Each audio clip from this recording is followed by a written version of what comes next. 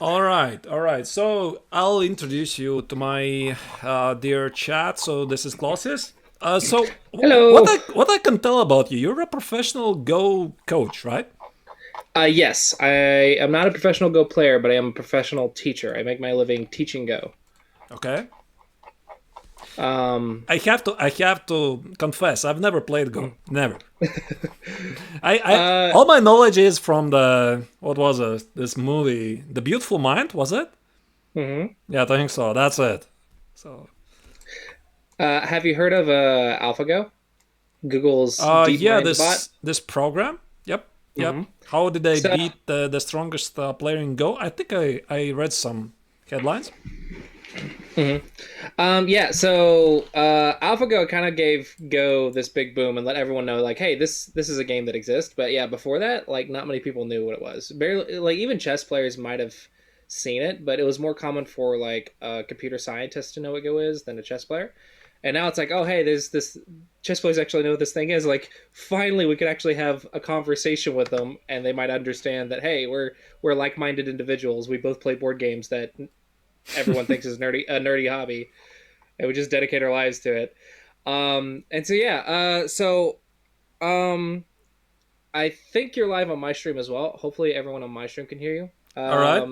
And then let me go ahead and send an announcement. I'm actually have banner privileges on OGS. I'm going to send an announcement real quick to that. Okay. But yeah, about a little bit about my history is I've been playing Go since like 2007. And I was in high school and I was watching too much anime, and I watched this anime called Hikaru no Go.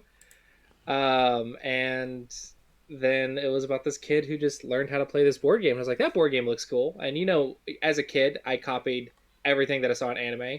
I have yet to go Super Saiyan though, and I have yet to been able to do alchemy like Fullmetal Alchemist. But I was able to be a Go player, and that was cool.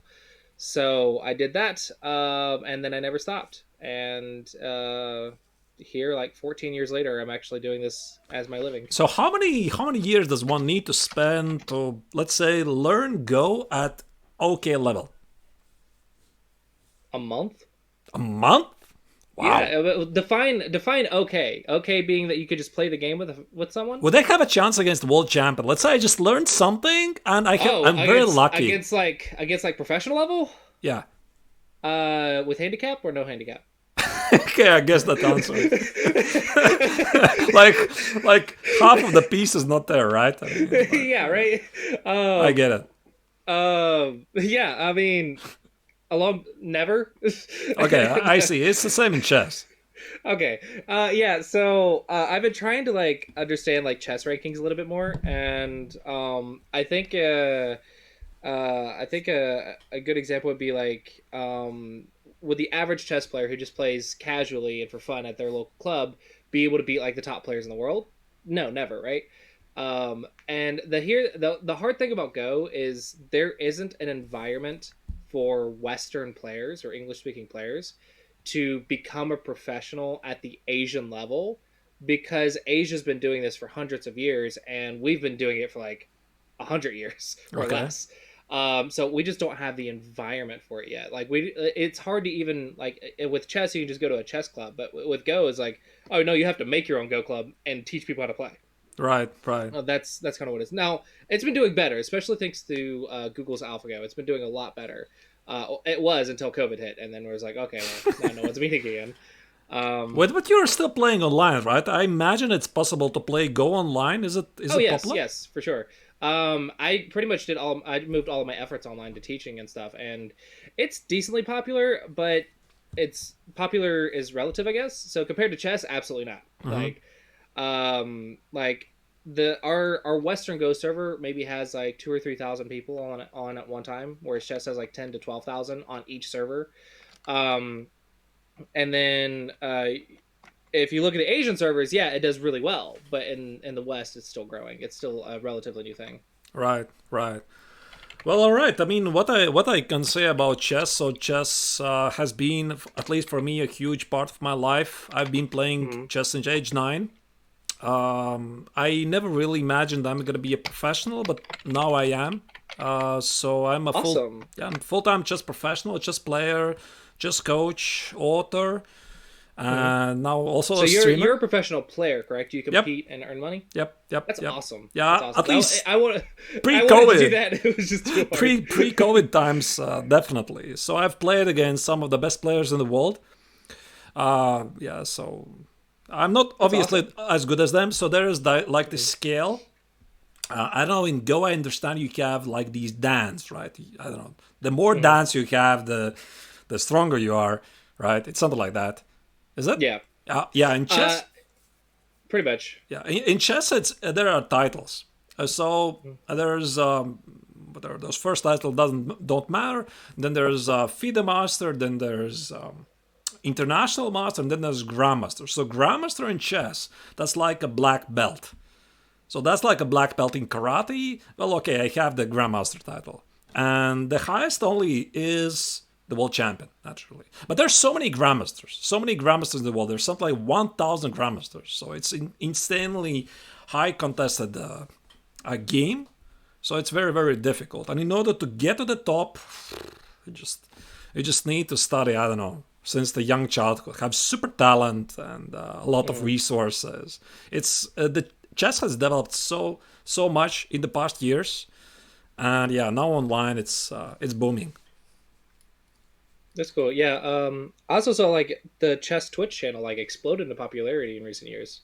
Yeah, it's probably because of obviously the COVID stuff moved Hmm. online, and then there's Hikaru Nakamura, the top streamer of chess. Hmm. He has something like 1 million followers, 1.2 million followers. Yeah, it's crazy. It's crazy that like a board game player has got Yeah, that many that is followers. insane. I still remember, by the way, there was this one day when I think there was some PogChamps match between Rubius, a super big streamer, against who was it, XQC, I think.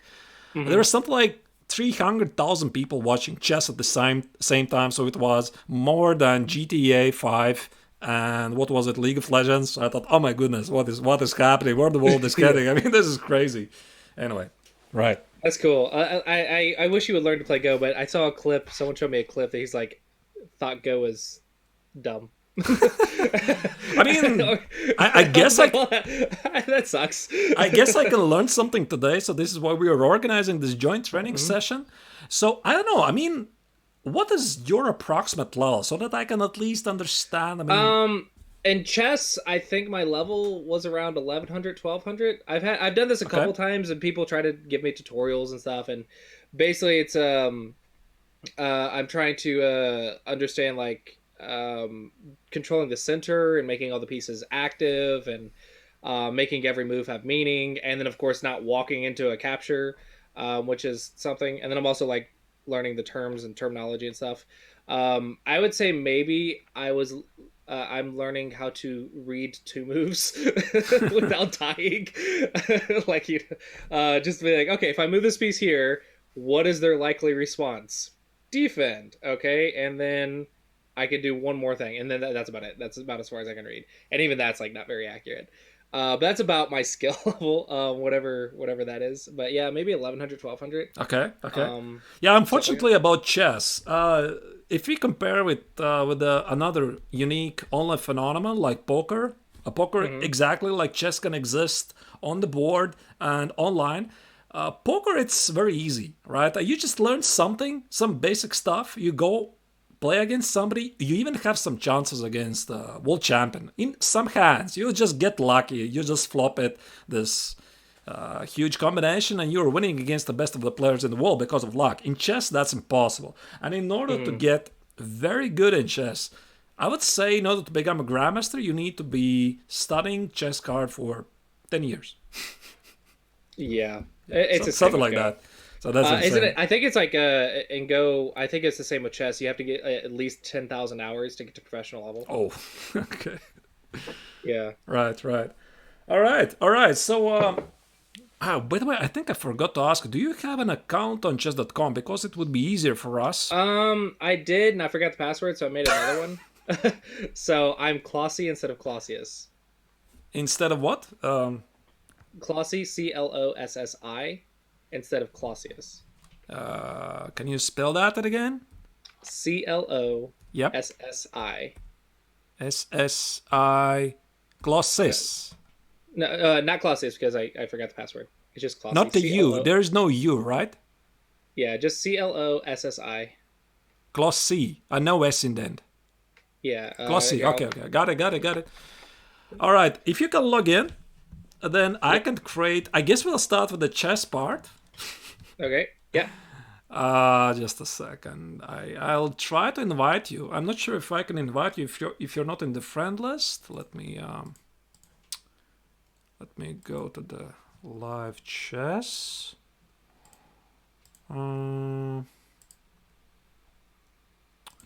Invite students.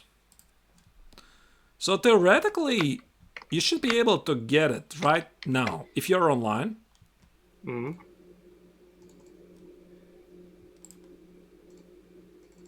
One sec. I messed up the announcement on OGS to let Okay. everyone know that we're live.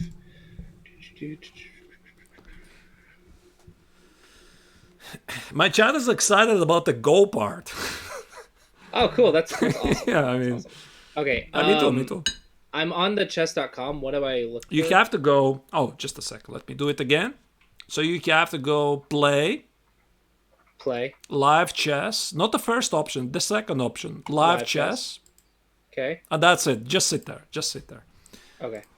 I agree. Now Allow. I'm gonna invite you to Okay. a session. Just a second. Theoretically, it should work. Let me. There you go. Do you have a pop up or Okay. something? Yeah. Accept. Just accept it. Okay, there we go. Just a sec. Let me. There we go. Let me make a All right. move. Do you see it? Yours looks so much better than mine. Mine's all green and white, and yours is like brown and nice looking. I'm a GM. What do you want? Is it geo privileges? You get nicer go board or chessboards. Yeah, Okay. something like that. Okay. So I'm just gonna block. Okay. Oh, that's good. Why is it upside down? Do I not get my own perspective? Don't know. I don't know. I guess you can flip the There we board go. if you want. I can flip. Yeah, I want to flip because I want to be at the bottom. I don't know. It feels weird when I'm not at the All bottom. right. All right. What do you want to know? Because I can teach you so many things. Um. Um. A very very very simple opening that I can Very just simple opening. Okay. something that gives me direction that I can branch out. I'll off explain you maybe where the chess is heading, so that you understand. Chess has the evolution of chess in the last 100 years. It's been dramatic. So something like 100 years ago, people used to play chess like I take material, I sit in a passive defense. Let's say I snatch a pawn in the opening, I'm sitting passive in the defense, and then I try to capitalize on that. Modern chess, it's built on initiative. So initiative is we are attacking. We are attacking all the time. So every single best player in the world, they're freely sacrificing material like a pawn, an exchange. So let's say an exchange that would be sacrificing a rook against a light piece just to create some problems for the opponent. So normally chess as a game is a drawn game. So there's no way around it. I mean, if both sides play perfectly, it's a draw. I mean, I could play against the world champion. If I'm not making any mistakes, he'll never outplay me. Never. So it's always about creating practical problems, pushing the opponent to the time trouble when he's supposed to find the right solution in a very short time frame, or just invite him to a very complex position. So about the opening, I suggest you to play first for the center. The Aggressively. center being those four squares in the center. Yeah. Right? So this is the center. So this is the center in chess. Those four squares. And of course there are openings here like b3. There's something like g3, c3. There's so many weird openings, but I suggest to play something solid. Many people start with the queen's pawn. Have you, by the way, seen the Netflix series Queen's Gambit? I've saw several episodes of it. Yeah. Okay. So the Queen's Gambit is d4, d5, c4. And if black accepts, that's the so-called Queen's Gambit. The King's Gambit, it starts with the king's pawn, so that's a king. So that's the king's gambit. But unfortunately, comparing with the queen's gambit, it's not so popular. So I guess we're not going to see a Netflix series about that. Right. So about the opening, let's say e4, e5 is good. Now, I suggest always follow a main principle. Develop every single piece just once. Try not to move the same piece more than once. So let's Okay. say I'll start with knight f3. It's a good move, developing move. I'm developing my pieces. I'm attacking the pawn on e5. After knight f6, bishop e5. This is the called Rai Lopez opening. By the way, it's quite interesting. I'm not sure if you have it in Go. We have titles for openings. Some openings have names, but it's not nearly as many or as popular as chess. Like Go is more focused on the middle game. The opening is just like a setup, I guess. Okay, okay. Yeah, so we have lots of titles. So this is the Rai Lopez. The Rai Lopez has many subtitles. There is the exchange variation. There's the Berlin system. There's the Arkhangelsk variation. There's so many titles, and usually they're attributed to the persons who did something to research this line. So there is, for example, Sicilian opening, Sicilian defense, a Sveshnikov variation. And Sveshnikov is a legendary chess grandmaster. He invested a lot of time in this opening, thus this opening is called Sveshnikov variation. But time passes, somebody makes new contributions to that opening, and suddenly they call it in that title. So it's always changing. Yeah, so Rai Lopez is a very, very old name. Gotcha. So So it's just whoever like has success with it recently. yeah. So bishop e5. Yeah, normally black plays something like a6, targeting the bishop. And I think you can get better in chess if you understand some of the most important principles. And the principles is bishops are normally better pieces than the knights because bishops are stronger when the position is going to open. So let's say we have an open position, we have no central pawns, we have two bishops against two knights, they're stronger pieces. Why? Because I'm controlling half of the board. So the rule is that if the position is opening, we want to preserve our bishops because they have this potential striking the long diagonals. And the same applies vice versa. So if you have two knights, you want to keep the position closed. Because in closed positions, the knights can maneuver quite a lot, and the bishops very often in closed positions feel helpless. So that's here another important rule why we don't want to take on c6. Because let's say if I take it, that's a known trap. Bishop takes, d takes, let's say there's a free pawn. Knight takes on e5. It's not a good move, although bishop takes on c6 is playable. Here black plays queen d4, double attacking the knight and the pawn. So I have to retreat, I guess. Queen e4, check. Queen e2, trade. And now we can compare the results. So the position is semi-open. We just gave our opponent a bishop for no good reason. So that's a big no-no, right? I mean, this happens, of course, at amateur level. But usually people who have studied chess, they follow these rules. And there's so many rules. And you are improvising, seeing at which moment you can apply which rule. But the difficult part gets when they conflict. So there's like one rule, it conflicts directly against the other rule. And this is when the mastery of the player comes in and you feel. Based on your intuition, you calculate, but mostly it's about your accumulated skills over the years. You feel what is the right solution. So your intuition says what you have to calculate.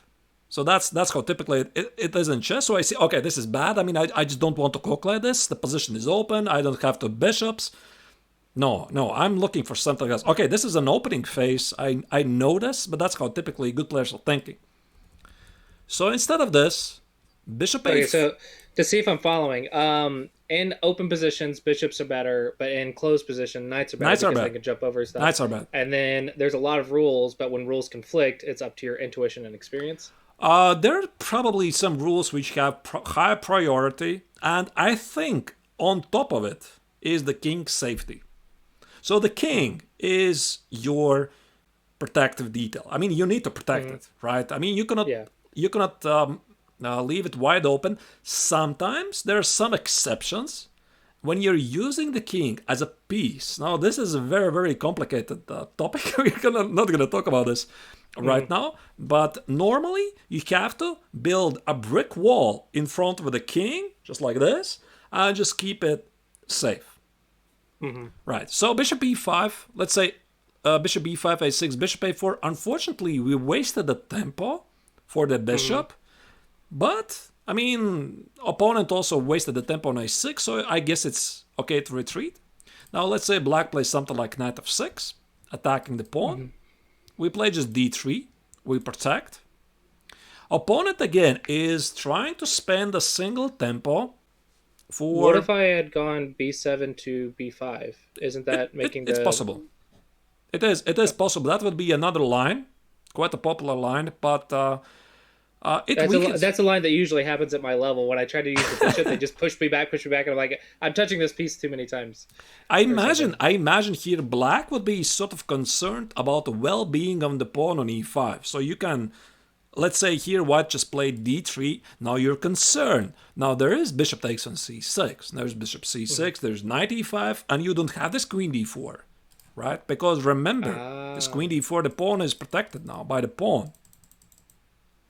Okay. So instead of this, I imagine a careful person, if he doesn't know the theory, there's still a lot of theory. So he wants to play something like d6. I just protect the pawn and continue development. So if I know no theory here, I'm trying to follow the same rule.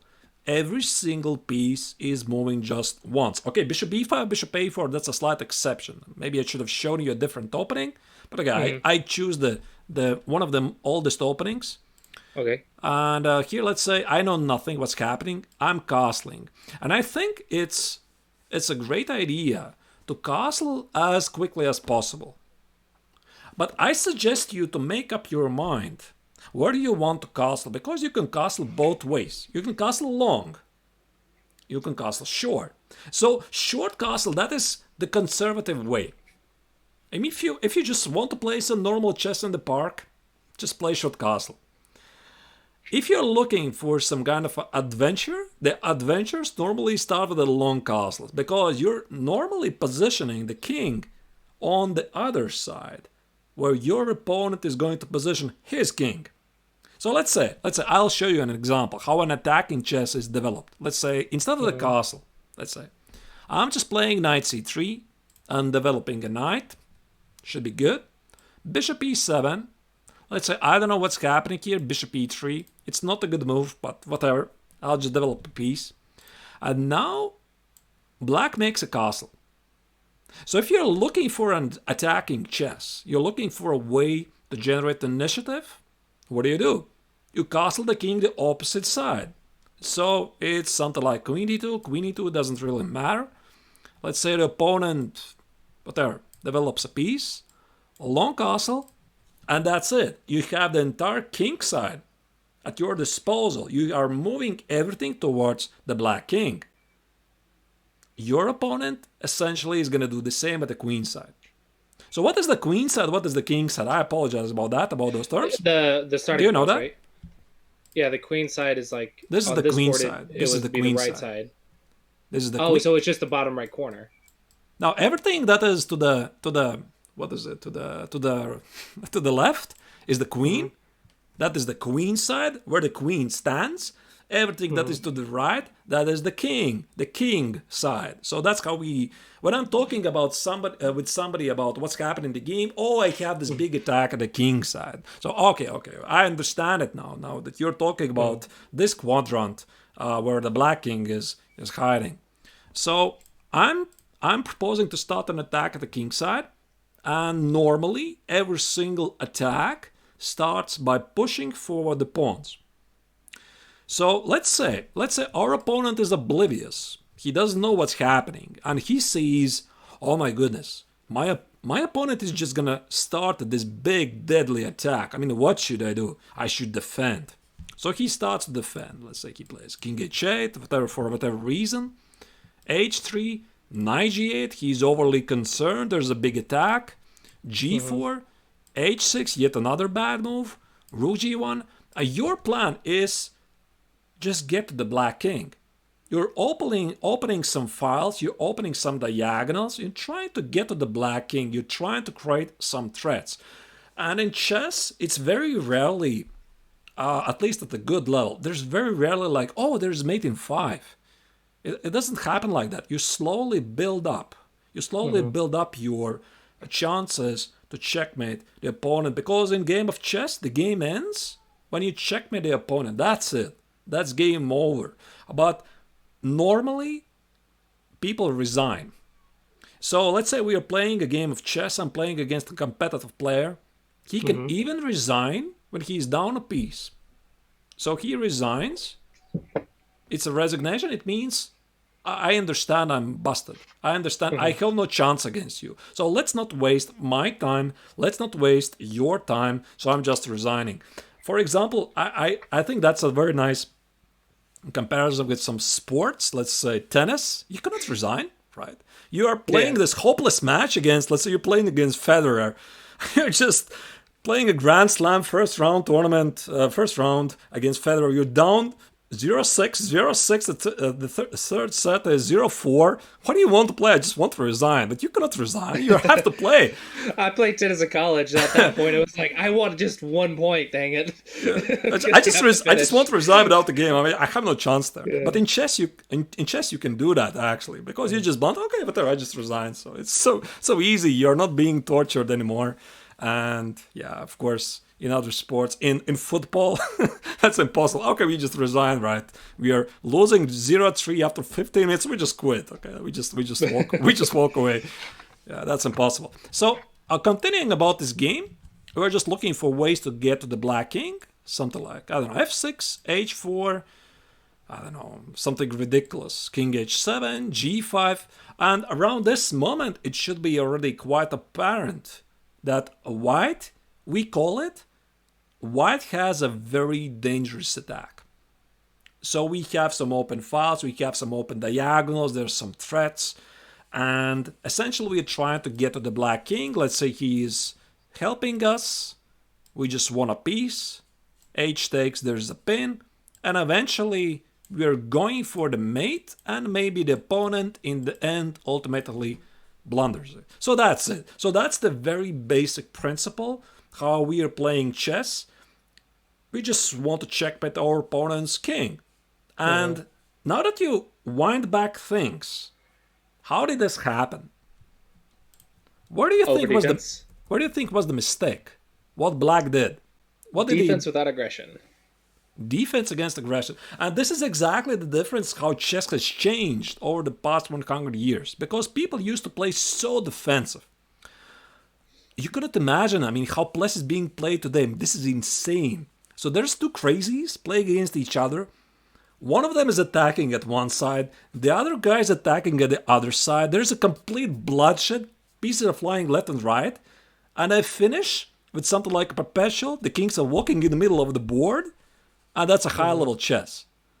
So that's how chess has developed. It's no more longer a one-sided game. One guy is attacking, the other guy is just sitting in the washing, being annihilated. Everybody knows how to defend. Everybody knows how to attack. And this is how chess is playing at the highest level. So if you go back to this game, where black did started to go wrong, he started to go on the defensive. So what he should have done, do exactly the same what white is doing to him, attack at the queen side. So let's say I'm preparing this big attack at the king side. Black can do the same. So I can play b5. I can even sacrifice maybe a pawn on b5. a4. Something like a3. Let's say white doesn't know what's happening here. Let's say something like Queen b8. And force our opponent to think about defense. And ultimately, people who are attacking, they're scoring much better than those who are sitting passively. So that's it. There's obviously many openings how you can try to play it out. So for example, there's, instead of this bishop b5, there's other ways how you can play it. Let's say all you need to know just develop the pieces. So let's say e4, knight f3. You can even bring out the other knight. It's okay. I mean, it's not very good theory, but it's playable. Let's say knight c3. Now you bring out the bishop, whatever. On d2, it's very passive, whatever. Just develop a piece. Bishop e7, short castle. Yeah, castling short, that's the safe way. Short castle, d3, d6. And I suggest you always follow the same principle.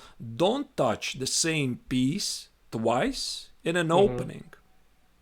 And as soon as the opening is over, you're looking for some targets. And it's very, very important. This is where good players in chess, they excel over others because they have always a clear target. So imagine yourself, I would be giving a ball for a football player, and he doesn't know what to do with the ball, right? So he has a very good technique. So he knows how to dribble, he knows how to make these tricks, but ultimately he doesn't know that he has to charge towards the goalkeeper and try to score. And we are looking for that scoring option in chess, but we are just slowly building up. We are gathering the teammates, we are gathering the attackers, we are gathering the defenders. Everybody is looking towards an attack on the king. Obviously, it's much, much more complex than that, but let's say if here I'm thinking about the target, I'm slowly gathering every single piece I have towards the direction of the black king. So something like, I don't know, something like maybe bishop g5, queen d2, let's say queen d2, rook e8, and try to open some files, open some diagonals, and get to the black king. How confusing was it? The words made sense. It's obviously the application. Like, okay, I'm assuming what he says works. It's normally like that. Obviously, chess is a very hard game, but it's very easy to learn the moves. Yeah, the moves, they don't require you much. So we have, how many pieces we have? Not so many pieces. The pawns move the same, 1 square, 2 squares forward. You can learn the rules very quickly, but how to apply the actual rules of an engagement, how do you play it? This is much more difficult. So usually, I imagine that Go, it's very, very similar. So usually in chess, let's say an amateur player, he can learn the first 10, 15 moves, whatever. He studied a book, he bought a book, and let's say I'm the author, I've written a book, and I'm just recommending this stuff. So he can replicate that up to that moment, and then comes the actual game where you have to show what you understand of this position. And this is where the difference in mastery suddenly starts to show. Yeah, so, right. Yeah, it's pretty similar. Yeah, in Go, I guess it's similar. All right. What else I could show you? Maybe I could show you some principles, some other principles. Okay, let me show you some other principles. For example, there's a rule that in an open position, I mean, when you have a lead in development, you are striving to open the position. So what does it mean? It means I'm opening more lines, more diagonals. So let me play something ridiculous. So let's say I'll start at e4. Our opponent doesn't know what he is doing there. Let's say he plays, I don't know, something like c6 here, knight e7, something ridiculous. I don't know, f4, knight b6, knight f3. Let's say bishop g4, h3, whatever. Okay. So I completely misplay this position on purpose from black's perspective. And the big part in chess is evaluating the position. Evaluation, at least at the competitive level, it comes all the time. It's like an engine. I'm evaluating in my head how the evaluation of the position is changing. So here I see this position. I know white is much better. Why is that? White has the space, what is a space? I'm controlling more space. So let's say we have 64 squares, and my pawns reach as far as the fifth rank. Mm-hmm. So that is called the space advantage. I'm controlling more than my opponent is. And vice versa, my opponent is feeling cramped. He doesn't have space. I mean, he doesn't have so much space to operate. What else do I have? I have the two bishops. The position is not open yet, but as soon as the position is going to open, those bishops, they're going to become very strong force. So if I'm playing here with white, I already know one rule. I want to open the position because my bishops will become stronger. My opponent is thinking vice versa. I have two knights. I should be thinking how to keep the position closed. But there's another rule. I'm ahead in development. I have developed, okay, not very visible. Let me make a couple of more moves. Let's say knight e7. Let me make a couple of more moves. Bishop d3, knight b6. And bishop d2, knight d7. Long castle, knight b6. Okay, I just made some ridiculous moves. So here it should be quite obvious that white is very much ahead in development. I have finished development. I have the center. I have the two bishops. I have the space advantage. So the advantage is huge because my opponent is not doing anything there. And at this moment, another rule applies. So if I have a lead in development, I'm looking for ways to open the position. So if I know this rule, I've been taught to think like that, then I'll be looking for ways to open the position. Instead, let's say an amateur player is looking at this position. He's like, what do I have to do here? Okay, let me develop another piece. So it's usually like that. Let's say rook e1. Okay, the rook stands good here. Black does something. Let me make a window for the king just in case. Bishop g7. Okay, just let me hide the king here on b1 just because I like it. King b1, knight f6, or maybe on a2. And as you can see, the position has suddenly changed because we wasted so much time. We wasted time on a3. We wasted time on king b1. We wasted time on king a2. You cannot do that because white did not have a clear target. So it's the same like in football. I really like to compare with football. Let's say I have a lead in attack. I have three attackers against a goalkeeper. So, okay, maybe not three attackers, one attacker against the goalkeeper. So I have a clear shot. How much time do I have? I have what? A couple of seconds? So that's it. I just have a couple of seconds, have to make the shot. Otherwise, the defenders, they're going to be here. They're going to take the ball from me. So in chess, it's exactly the same. You can afford to waste time. There's always needs to be a clear target. So what I suggest to pay attention to is don't waste the time. So always think about, are your moves contributing anything to your position, your goal, the big picture? So what you're doing here, When you say target, do you mean a piece or a square or it can be anything. It can be okay? it can be a king. You are targeting the black king or white king if you're playing from the black's perspective. It can Mm-hmm. be some weaknesses. It can be a piece. It can be whatever. I mean, you just always need to have a target. It's a very dangerous thing just to make a move. It's like pass the torch, right? I'm just gonna make a move, whatever. I just there you go. Now it's your move. This is a very dangerous approach. And usually when you're playing like this against more skilled player, you lose the game thread right there. So Mm. maybe I'm talking slightly scientific level right now, but that's how typically chess is. Yeah. No, I kind of understand it because there's a few perspectives that I can I guess take on it. One is I play defensive when I'm playing like kids, and they always like walk into traps.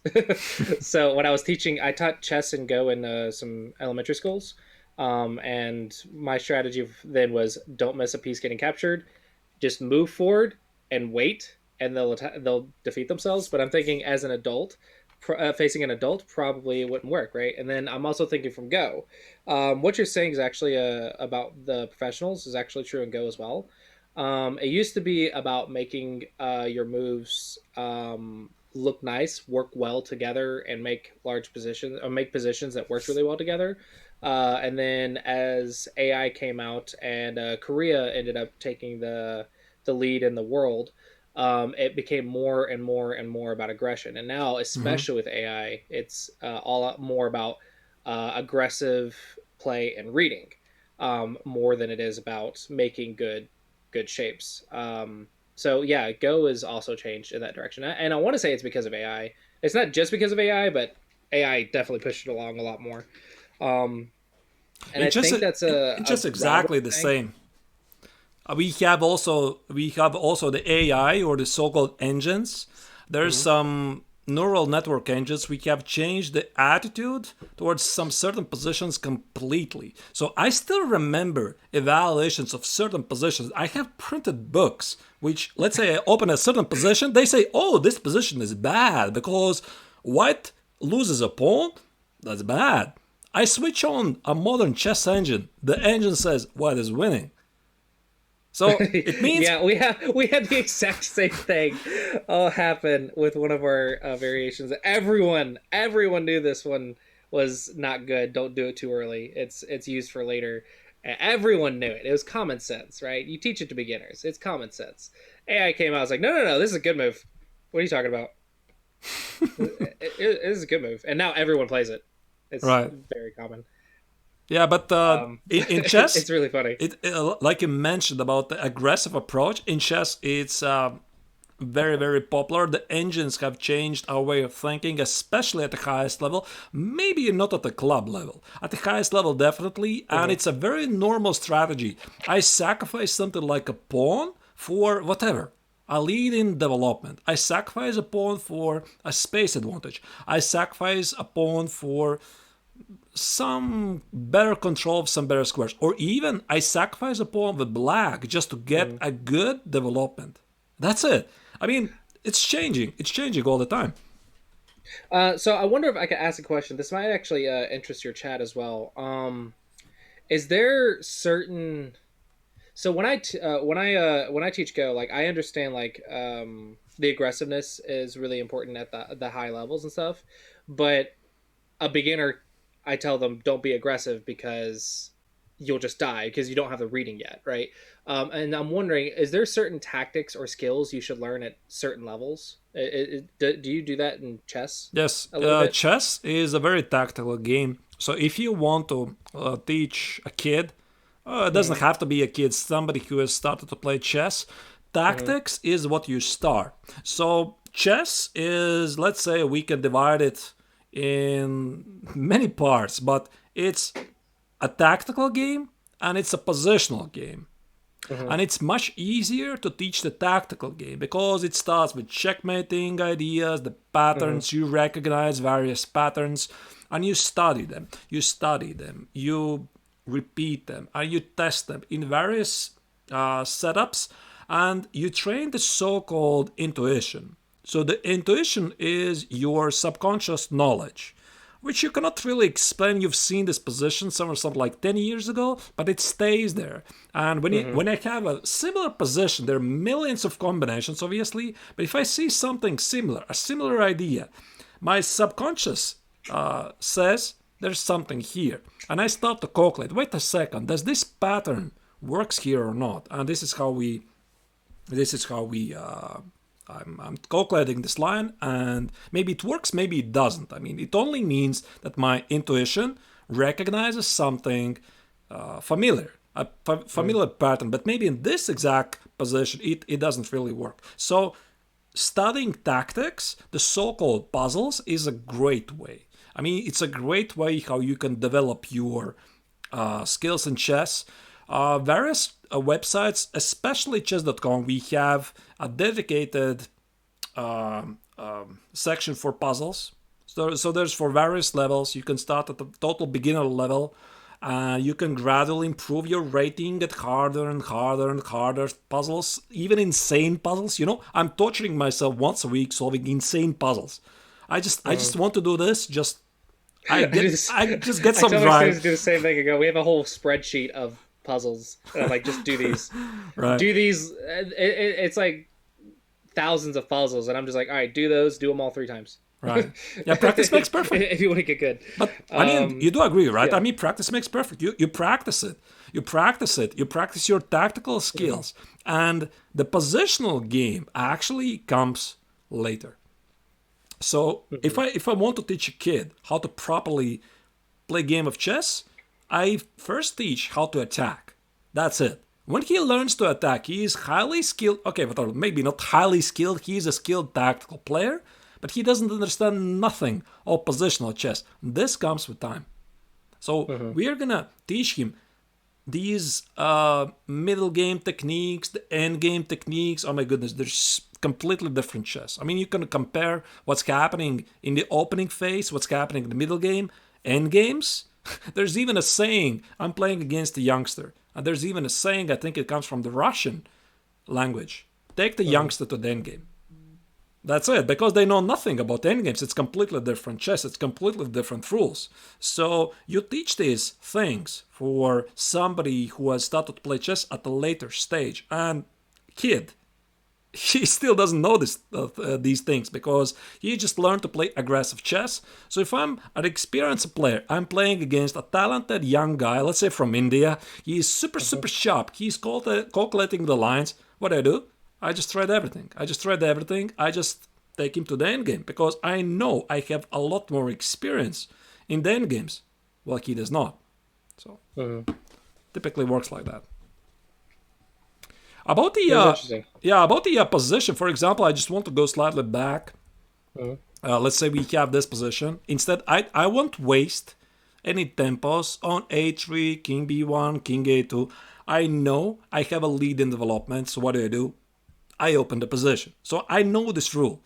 And instead of this, oh, what should I do here? I mean, let's just wait some tempos here. I'm looking for ways to open the position. So what do? I open the position. I seek ways to get to the king. So let's say bishop g7, open the position. He's trying to close it, open the position.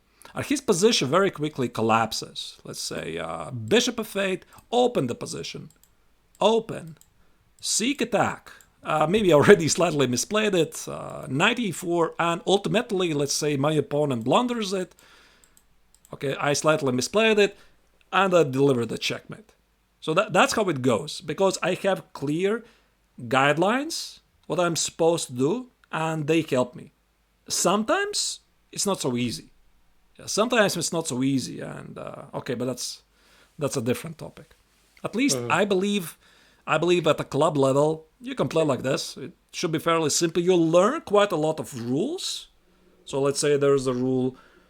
If I have a lead in development, I'm trying to open the position. So open the position is a middle game idea, right?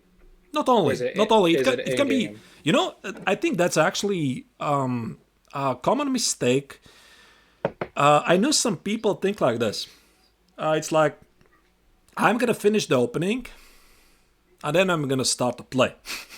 It's like, I'm going to develop the pieces first, right? And then I'm going to start to play. Let me first develop something there, and then I'm going to start to play. That's already wrong. Because good players start to play right after the opening. So if I feel something is fishy here, I feel my opponent is not very secure what he is doing there, I immediately strike.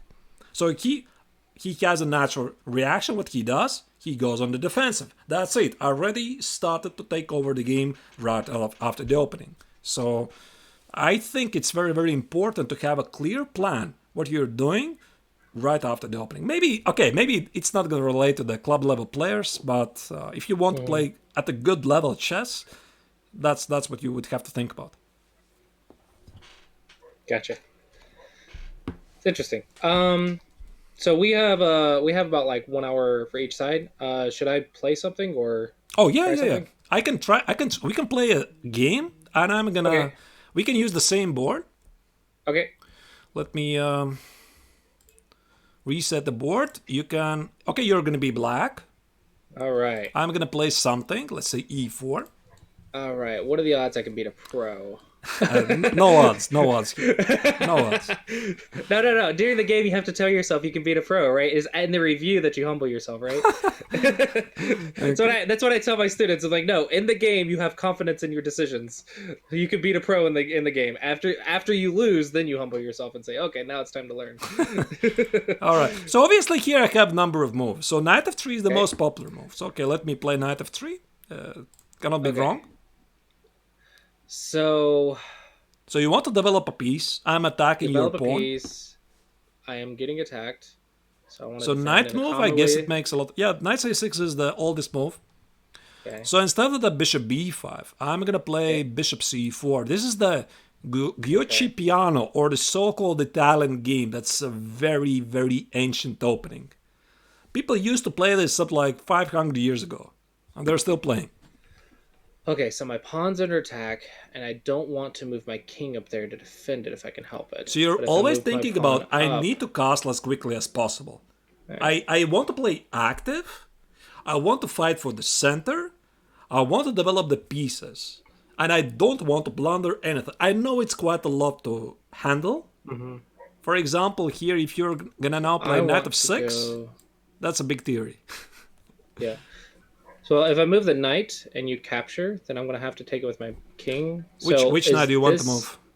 Well, how do I show an arrow? You just use the right click. You just drag it. Yep. Oh crap! Yep. No, not Yep. that. Crap. How do I get rid of the arrow? You're a fast learner. Fudge.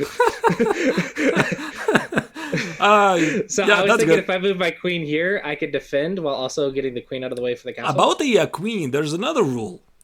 Uh-huh. You rarely want to touch the queen early in the game. Why is Oh, that? Okay. Why is that? Because How do I- that is the how do most I def- valuable piece.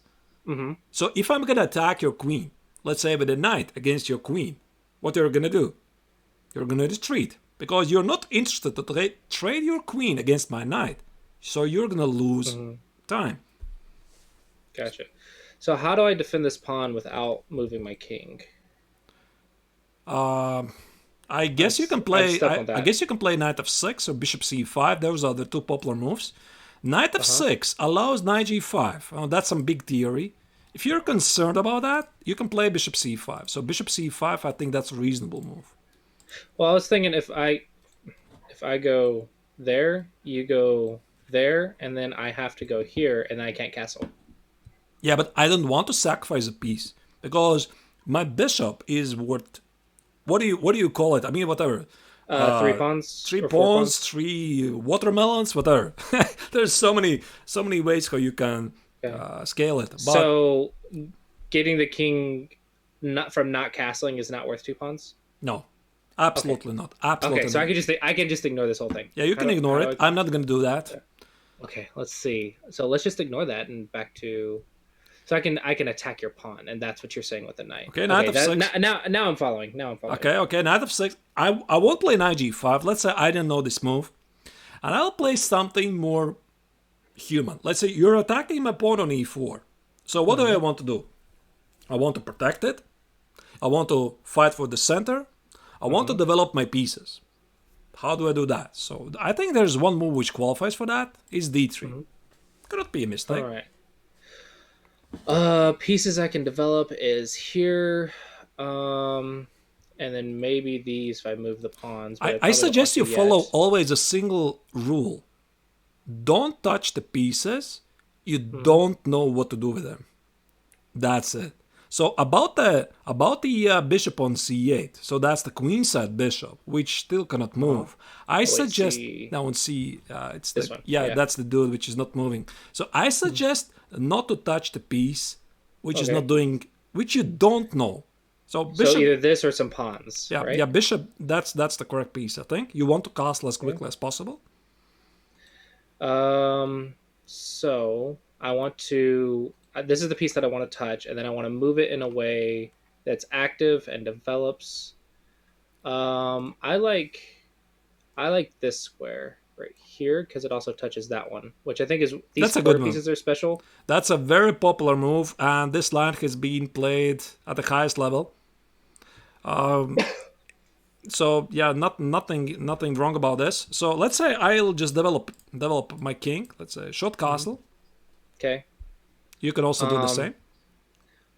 I thought I wanted to long castle to make it interesting. Uh, okay. You have to then obviously develop the bishop. You have to find a Mm. place where to place your queen, and then you can castle Okay. on. That is possible. You laughed, which makes me think it's a bad plan. Oh, my chat is amused. He wants I'm to just castle on. Okay, I'm just gonna castle. okay. I don't trust the laugh because I'm gonna That's okay. die. No, it's okay. It's okay. Listen, it's in chess, for example, in chess, a big part is about provocation. So let's say I'm playing against a solid guy. He knows Mhm. quite a lot. He's so good in opening, and he's a positional guru, whatever. And he's like a brick wall. There are sometimes these players like a brick wall. You just feel like Mhm. you're smashing your head at a wall, and you just cannot get through. He's making those draws and just cannot do anything. So what do? You provoke. Provocation is a big part in chess. Let's say I'm making a long castle that's like, come here. So come here, come here. Now you're forced to attack, right? I'm gonna castle Mhm. long, I'm gonna castle the opposite way, and you're forced to attack me. Otherwise, you'll be sitting against an attack. So, okay, let me develop a piece. I'm not gonna make the best move here, knight c3. Okay. Um. See, I'm wanting to look at the left side. So I want. Let's see. That targets nothing yet. Does it target something in a move? That, and if you go here, it targets that. You can So draw just that one. arrows. I would be able Oh to yeah. follow. Okay. So I'm checking if this attacks anything. So I'm looking at this and this, which attacks that, that, that, that. Okay. So I'm just making sure that moving in is okay. Um, that one's defended by a pawn. That one's defended by the queen. That one's defended by the rook, and this one checks my king, but it's also defended by the queen. So I'm okay. So I don't have to defend. So I'm going to develop a piece and also open up my bishop line. Yeah, this is a typical mistake. So Uh, uh, no, I mean, it's okay. It's okay. whoops. You cannot know that. You cannot know that. So now I'm gonna make a very annoying move for you. So the move is Oh. called. This is what we call it a pin. So what's a pin? Yeah, I did problems with pins. Uh, Oops, I forgot to check. I didn't check the non-developed pieces yet. I mean, maybe you're still doing okay, but Okay. a lot of problems start from this move. So I'm pinning your queen. Okay. So the knight cannot go. Okay, so I'm going to counterpin. Counter pin. Okay, that's interesting. Counter pin. I I'm guess. trying to see if this opens up anything. I mean, counter Okay. pin is possible. And then Now, I don't think any counter attack no h6 is gonna work because I'll take first. okay. Let me see if I can read this. Okay, so 1, 2, 3, which is a bad trade. 4, 5, which is a pin again, and it opens up your king, but I lose 2 pawns. So is that bad? Question mark. You want to sacrifice? Don't forget your queen is under attack from the Oh pin. yeah. This is why I don't read. So Okay. now you have like, oh, One, what do I do here? You know, one, two.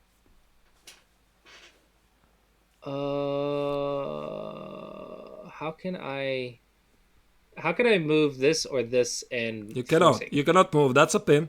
So Yeah, you would I need to have move to something and forcing, and I can't. you would have to play something like h6 g5. If you would do that, I wanted to show you a masterclass about how to expose the black king, how to get to the Okay. black king and deliver a mate. And then I made a blunder that I This was is like, not, I'm going to counterattack, and then I ended up in a but double. I don't think it's still so bad. I mean, you're worse. You're definitely Okay. worse, but I don't think you're losing, something like that. It's just unpleasant. Okay.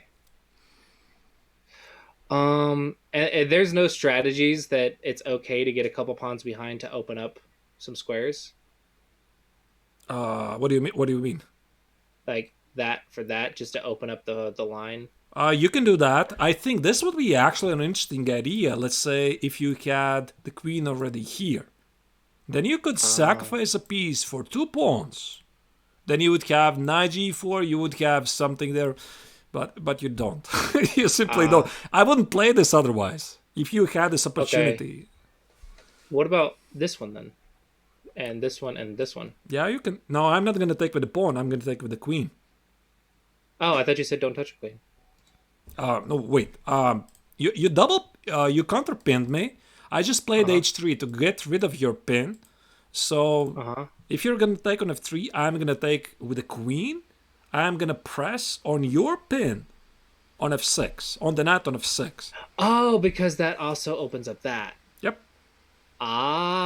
And I will Ah. have the two bishop advantage.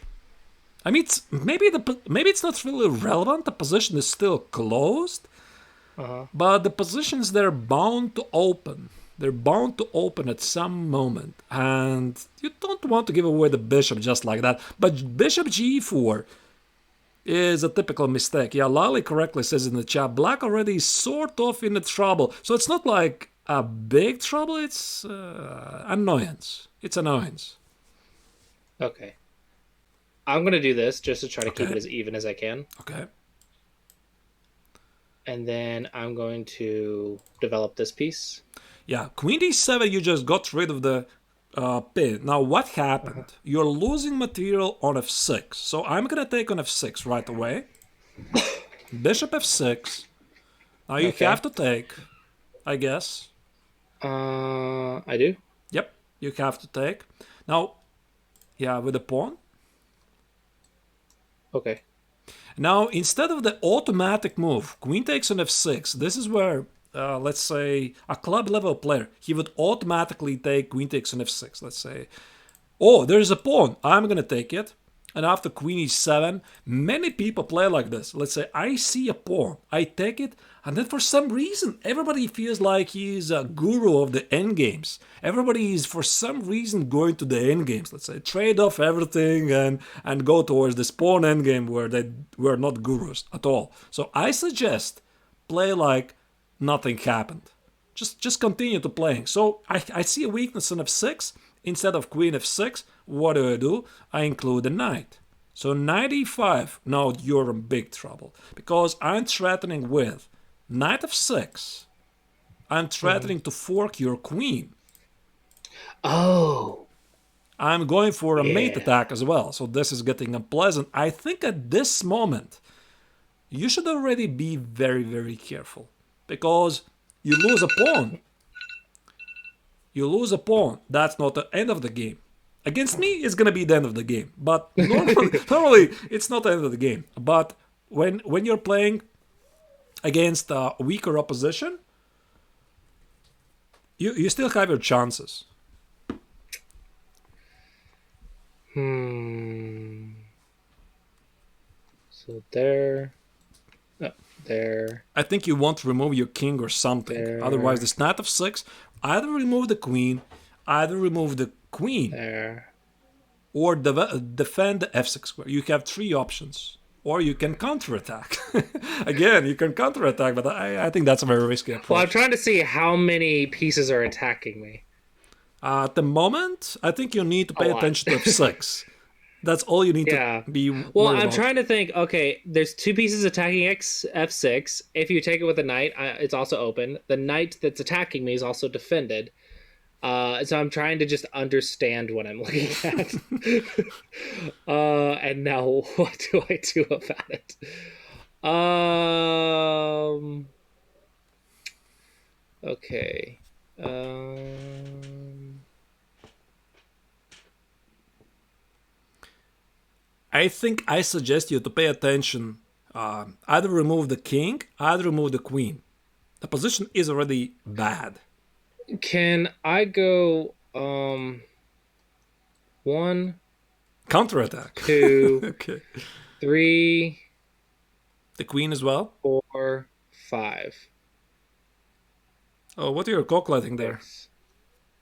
Uh, cause wait, okay. So one, two, fork. Yep. 3, 4, take my queen, Yep. and then 5, I take your And queen, you lose a piece in the process. So I'll take your knight and and say then thank you. Thank you. yeah, Thank you, kind person, for the knight. I'll just take it. okay. Oh, you're just gonna take it. Okay, so I you don't take know. it right there. Unless, normally, obviously, the big rule is I want to checkmate you. So if you play knight Uh-huh. e4, I could try to the checkmate. But the big picture is I want to win the game. So I Yeah. don't care how I'm going to win the game. Checkmate? Sure, I'll try to checkmate you. If I can take a piece, okay, I'll take a piece. I'll just try to win the game.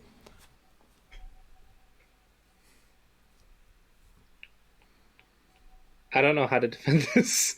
Me neither. I don't know what do you want me to say? I mean, it's a bad position. So queen d8, I uh, guess. Queen d8. Maybe you're still I'm somehow gonna. holding. Well, if you can't defend it directly, is counterattacking good or bad? In this position, it's bad, but Okay. I guess the best move is queen d8. Still try to D hold on to D it. D D D8.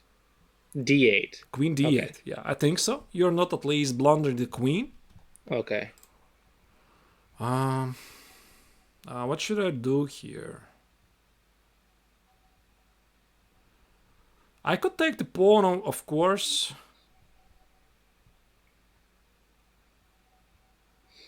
Okay, I'm gonna play for fun.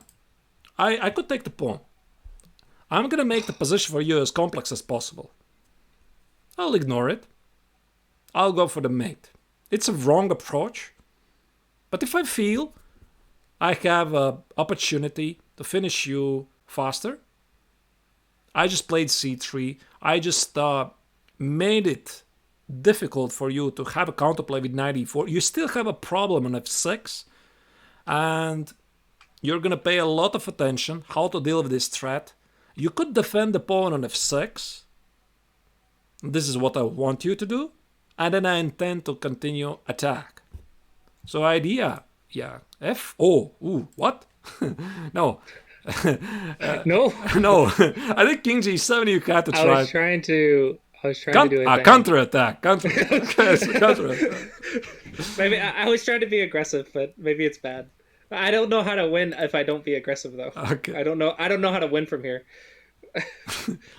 You have so many great options here. I mean, okay, let me just take with the queen.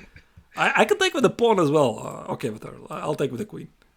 Okay. I think you needed to slightly defend your weaknesses. About the counter attack, Well, I didn't know how to defend f6. I didn't see any piece that I could king move. g7. You had king Well, I guess g7 there. King the g7. king g. Oh, I didn't know I was supposed to defend with the king. I Yep. didn't know I was supposed to use the king. I Yeah, was you, trying you not can to do use the that. king. King also is a piece. That's your primary goal to protect it, but you can use it as a piece. It is a piece. I think my counterattacking is a little bit flawed. Yeah, I tried to move forward and just walking into potholes or something. I slightly, don't know. slightly flawed, but okay. Okay. Let's just. Okay, so you're saying I should just defend. Okay, let's just think defense then. Okay, so this one's under attack with the queen. This one's under attack with the queen. This one's under attack with the queen. Those two are defended by the king. Yeah, but That those one's defended by the those pawn. pawns you draw there, I'm not gonna take with the queen because I would Okay. be trading my 9 watermelons against your 1. So why would I want to do that? So I'm gonna Yeah. keep my queen So against that's a your no. king. And then your knight can move. Let's see. Your knight can move here. Look for any sort of fork or anything. There's that fork, but I can just defend it with my knight. Is my knight defending anything else? I don't think so. Okay, so I think that's okay. That is not a fork. But that is a check, but it's defended by the queen. But then you would take, so like here, here, here. So that's not good for me. Okay, So this square is a little dangerous. correct. But it's also defended by this, so I can go here. All right. So technically you're correct, but there's one little flaw. Oh no, the pin. All right, the freaking the that thing. Exactly. I'm so bad with bishops.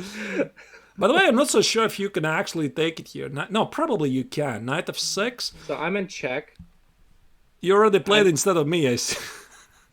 uh, Let me go back here slightly. So let's okay, say okay. knight of 6 is completely fine, I guess. But if I'm having this position, I see, let's say I can take something else. So I can play knight c7, discover check. I can take the rook. Probably Uh, I'll just do that. Probably I'll just do, but okay, I mean knight of 6 is good. That's a double check. That's a double check. yeah. I can't read. My reading has been wrong every single time. All right. So now the question is, how do I continue here? Is there a mate? Yeah, there's a mate.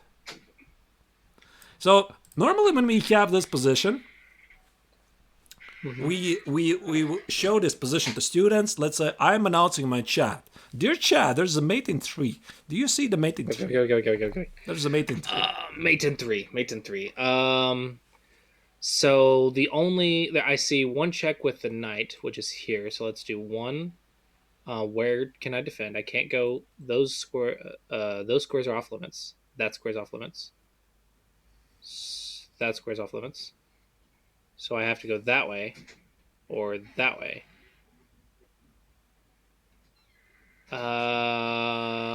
Um, if I go this one, queen down, that's check, not mate because oh my gosh, this is hard. Okay, okay, okay. This is not Uh, easy. This is not easy. Yeah, might be not so easy. um, Actually, a move before that already was the position mate in 4. So knight of 6, that was the one move. okay, so queen can go here, which checks the king. King can't go there. King could go there though. That's not good. Okay, so that's not it. Um, By the way, initially I didn't see the mate. When you play knight of 6 instead of me, I didn't see the mate initially. that is just Then I bad, just noticed right? it. That's just bad. That is bad.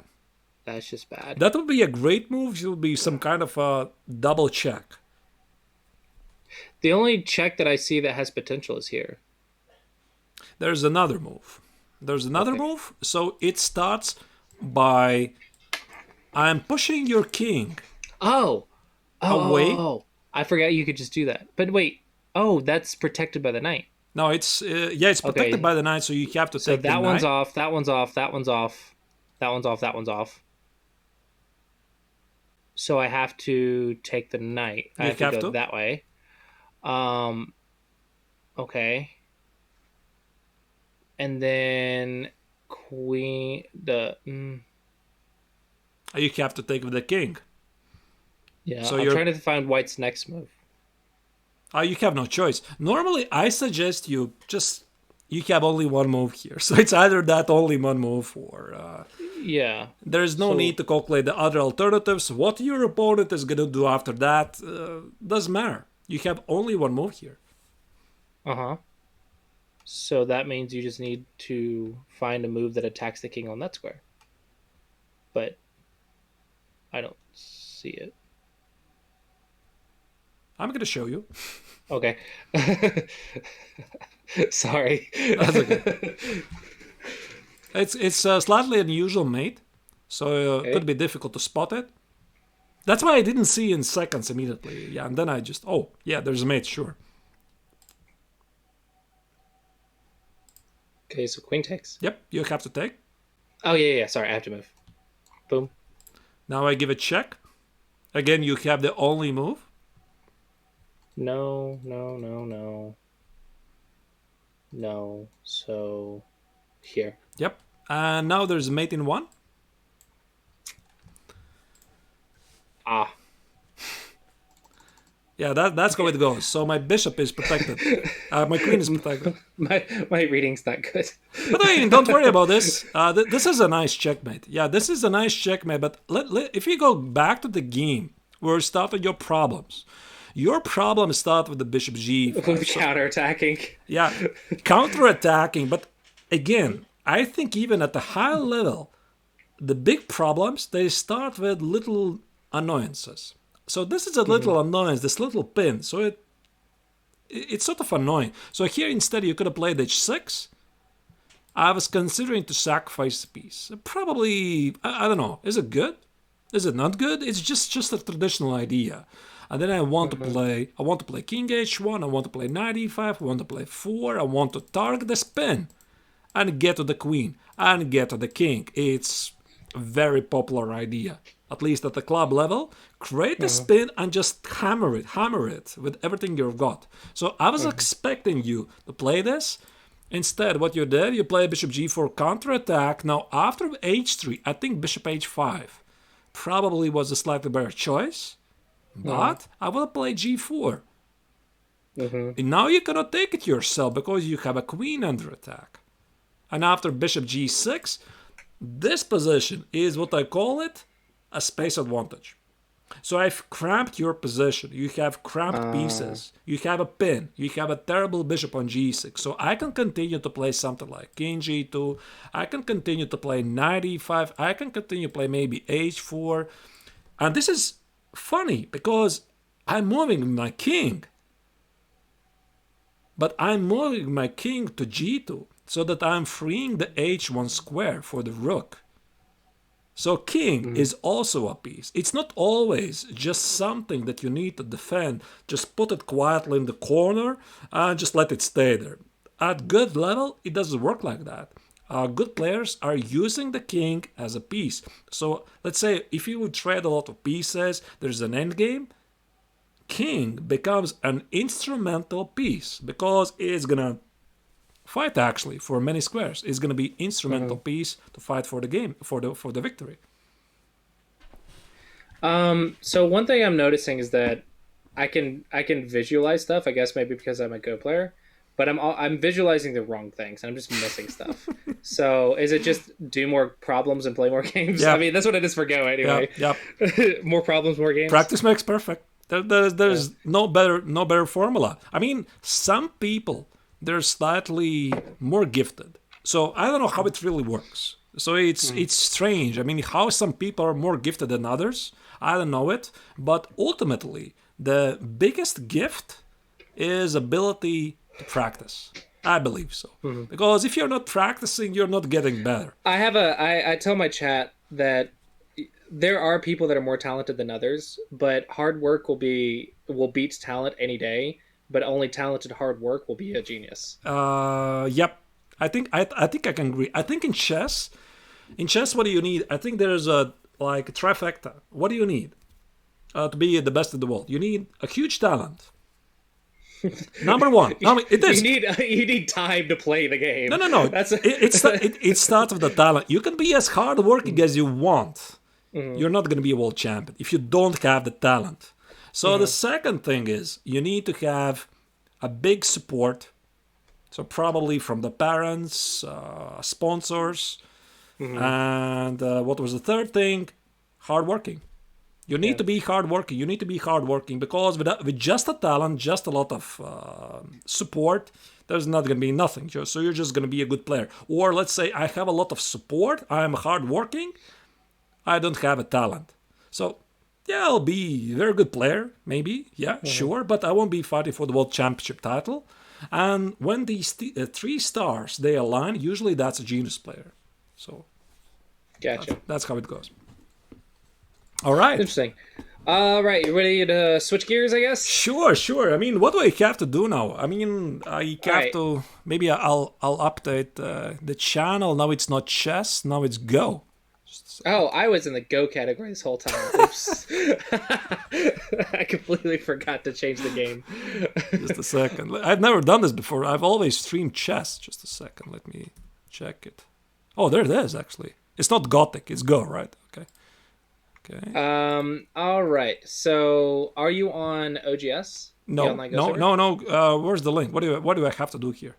Okay, I'll send it in your chat. It's onlinego.com. Okay. I'm sorry. No. Where did you send it? On Discord? On chat. I'll send it in Discord too. Okay.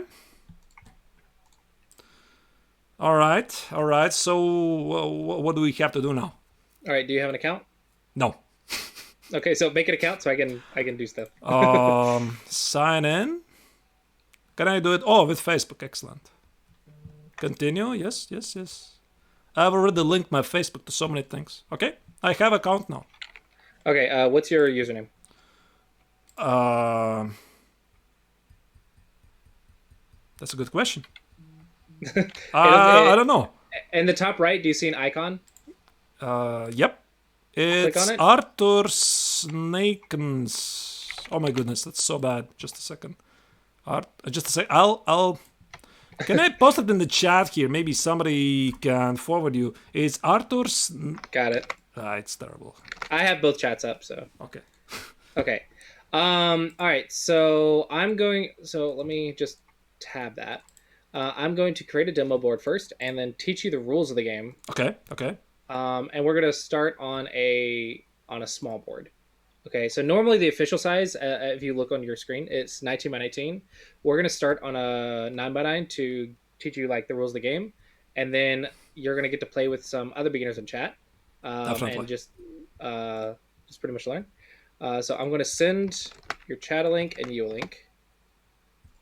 Okay, and this is just a demo board. You have to, I guess, to set it. There you go. Okay. Okay. All right, and so now I'm just going to introduce Just the a sec. concept. Let me update the board so that everybody sees what I'm Yep. seeing.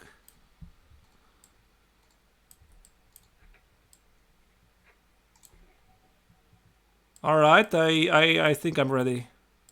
All right. So Go is a bit different than chess. It uses the same parts of your brain, but it's completely different rules. Chess is about different pieces that move in different ways, but with Go, it's just black and white stones. And then once you place a stone, it never moves. It can be removed, but it doesn't move. So to start off, you play on the intersections, and then once that stone is placed, it's placed. You can't really move it or do anything with it. And the goal of Go is to surround area or territory, and whoever has the most area at the end of the game wins. Right? So that's So, sort of a domination, right? pretty much. Okay. Yeah. So the trick though comes in with the capture rule. So the capture rule is basically states that any stone that does not have what's called liberties, or which are basically like your lifelines, um, will be captured. So these lines connected to your stone are basically like your lifelines or liberties. If you lose those, doot, then your stone will be captured, and then it goes into your captures. So your goal is to move around the board surrounding area without getting captured. So what I want to start out with is just to get you to understand this capture rule. So for example, if I play like this, how many liberties do these two blackstones have? I have no clue. So how many lines are touching them? Which one? This one? So these two are connected through a line, so they share their liberties. So how many lines are touching these stones? How many lines do I have to count around them? Mm-hmm. One, two, So 3, 4, 5, 6, 7, 8, 9, 10. No? so it's actually 1, 2, 3, 4, 5, 6. Wait a second. Okay, You don't I count. don't count the Yeah, corners. I don't you count the don't corners. count the Okay. corners. There's no line right there. Yeah, right? okay. Yeah. So 1, 2, So 3, 4, 5, 6. perfect. All right. And what about here's a little tricky one. What about this one? Oh. How many lines? 1, 2, 3, 4, 5, 6, 7. All right. So 1, 2, 3, 4, 5, 6, 7. Okay, so you didn't fall for the 8 Oh, because even though it's 2 lines, it's only 1 move. So it's actually still 7. It's the 7. Okay, I knew it. Yeah, awesome. Now, this one is where a common mistake is. You're not connected diagonally. There's no line there, right? So if you go here, they're actually not connected. So I can still just capture you like this. Right. No, guys, I'm not in pain. I mean, I'm trying to learn it. I'm just trying to learn. I just like Completely new Okay, science here. yeah. So do you understand the lines? Like this is the liberties. This is Yep. just the first The thing you have to learn is liberties, just that's slightly liberties. difficult term for me. The lines, okay, I get it. I get it. Okay, so yeah, so lines. And so when you connect through the lines. So for example, when you're like this and diagonal, there's no line, so they're not connected. If you wanted to connect, you would connect here or here, so they're connected to the lines. Connected. Yeah. Now my Now you chat know is how your laughing at chat me. feels. Now he Now you know how says, your chat feels. now you know how chess novice feels. I feel exactly like that. Yeah.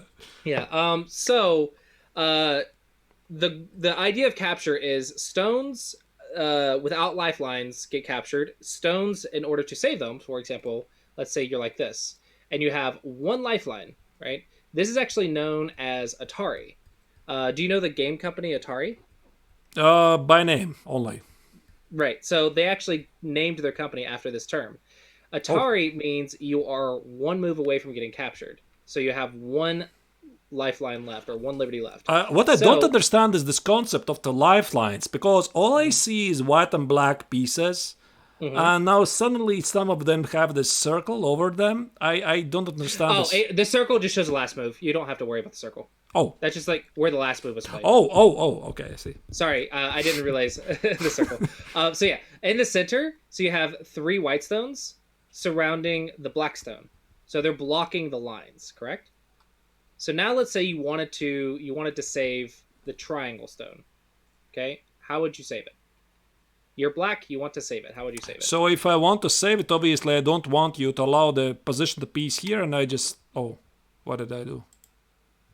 Oh, So you started playing your own variations. I If you click the I made a little, suicidal move there. if you play a little refresh, there's Oh, a refresh icon a above the refresh. move branches. Sync. Oh, there you go. Yeah, So sync. I want to avoid you to place the white piece here. No, I can't see what you do. So Ah, if you could just tell me the coordinate. it's okay again. So it's the coordinate f5. Mm-hmm. So that's correct.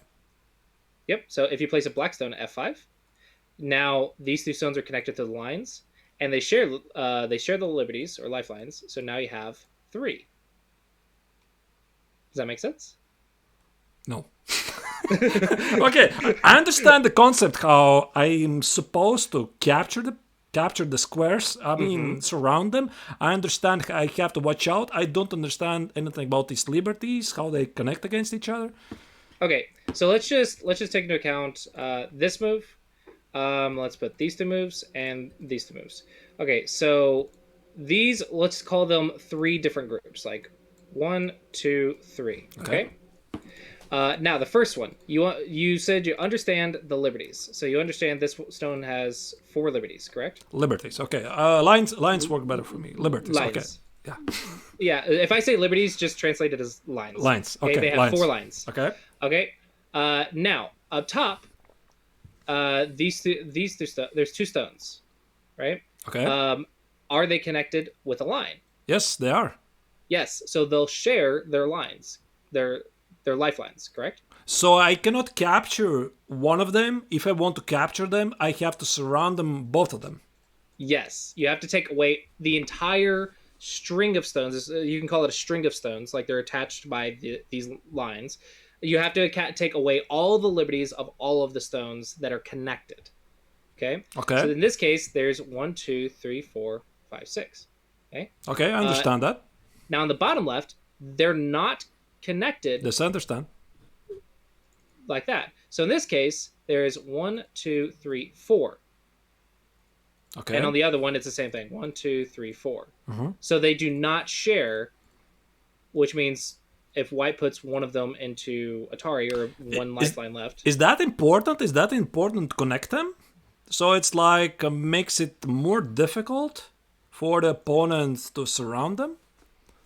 if so, yes and no. Staying connected is super important, but rather than just moving like one at a time like this, um, once we start talking about how to make territory, we'll talk about movement or shape, where you move in a way that you can connect back very easily. So a 1 point jump, you jump over 1 point, then you can connect back very easily in one move. But at the same time, you're moving faster than just one stone at a time. So you'll learn movement as you get to it. But right now, I just want you to want to make sure that you understand the capture rule. So does a capture rule make sense? Do you understand it? Yeah, I understand it. All right. So now we're gonna put it to the test. So what we're gonna do is I'm going to have you play someone in your chat, and we're going to play on a 5x5 board. This board will be basically a capture go game. So the capture go game is going to be, we're just going to make the rule that if someone gets captured, that person loses. That's it. That's the capture. Just one piece. One or more pieces. It doesn't matter how many pieces you capture. If it's just one or five or whatever, if something gets captured, you lose. Okay? Oh, okay. So it's like a mini game to teach you capturing. Okay, so what I want someone to do in his chat, beginners only, because this only works for beginners, is I want you to go to his profile, okay, and then click on his name, click challenge, and here's the settings that I want you to use. You can name it whatever you want. We'll just name it Capture Go. I don't know. They can't see what I'm doing, but game name Capture Go. Rules doesn't matter. We'll just use Japanese or Chinese. Doesn't matter. Game speed will be live. Time control. Byoyomi is the most common in Go, but do you want to use Fisher since you're more used to that? That was a question to me? Yes. Whatever you choose. So Byoyomi is more common to Go. Just make the main time 5 minutes. Time periods 30 seconds. Periods 5. The board size will be 5x5. Okay. No handicap. Komi doesn't matter. Your color automatic. And click disable analysis, and then send him a challenge. Okay. And then when they do that, you will receive a challenge in the top right. You'll get a little icon or something when you receive a challenge. Okay.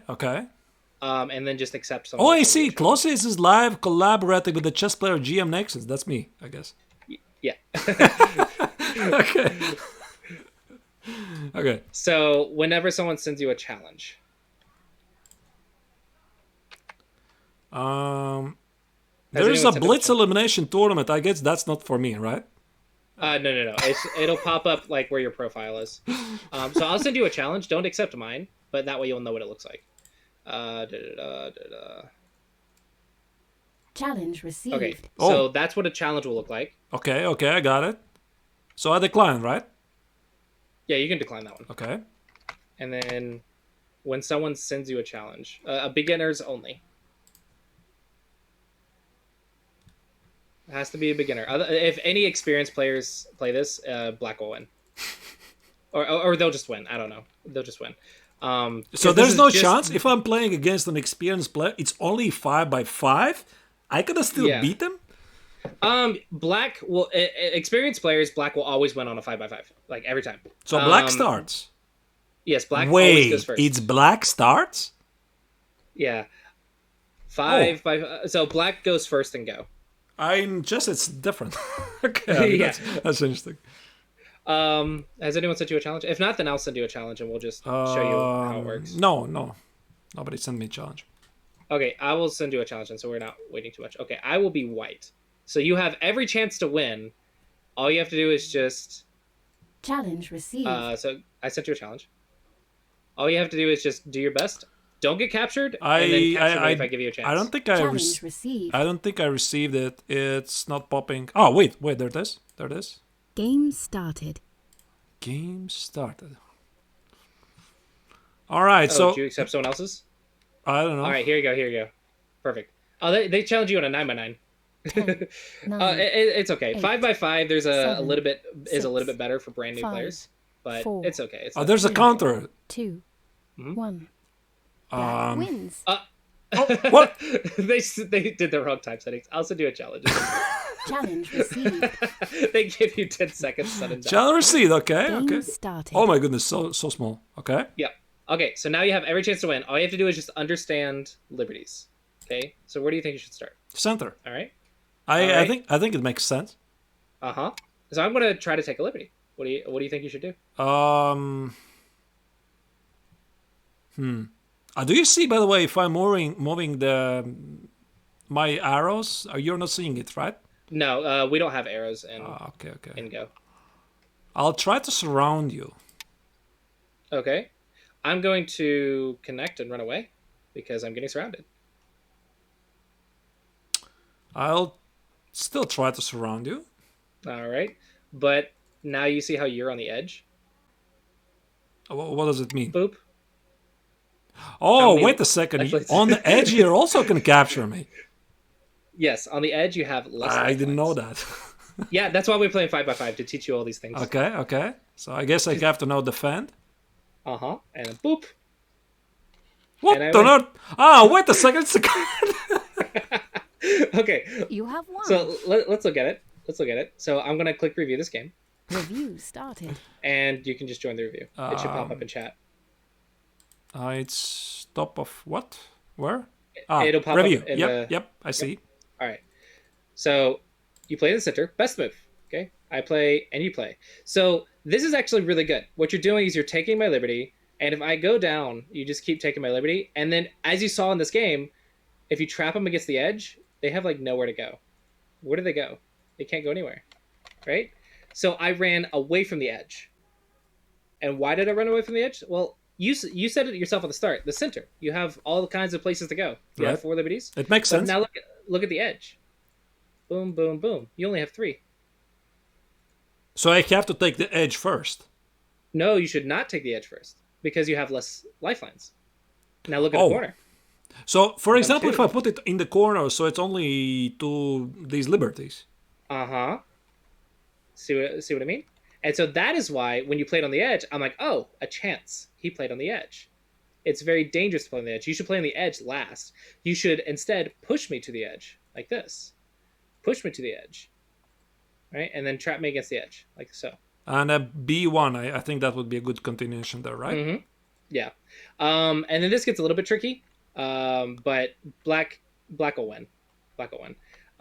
It gets tricky, but you'll have more space than white will. But do you kind of understand why you lost? Yeah, I put it on the edge, and the first piece that I lost, I lose the game. Yep. All right, let's try again. Okay. We're gonna try to get you to win because you. No, don't give me a win. I want to win the fair and square. Game started. No. That's what I'm saying. Black will win if as soon as you get it. Black will win. I have no chance if you play correctly. Wait, you already played, right? I sent you the challenge. No, what? That's my chat. That's my chat is playing against me. Challenge received. Oh, okay. I have fine. to finish this guy. Just a second. Yeah, no worries. Now I know everything here. Yeah, there you go. I'm playing against Darkslide, a member. Perfect.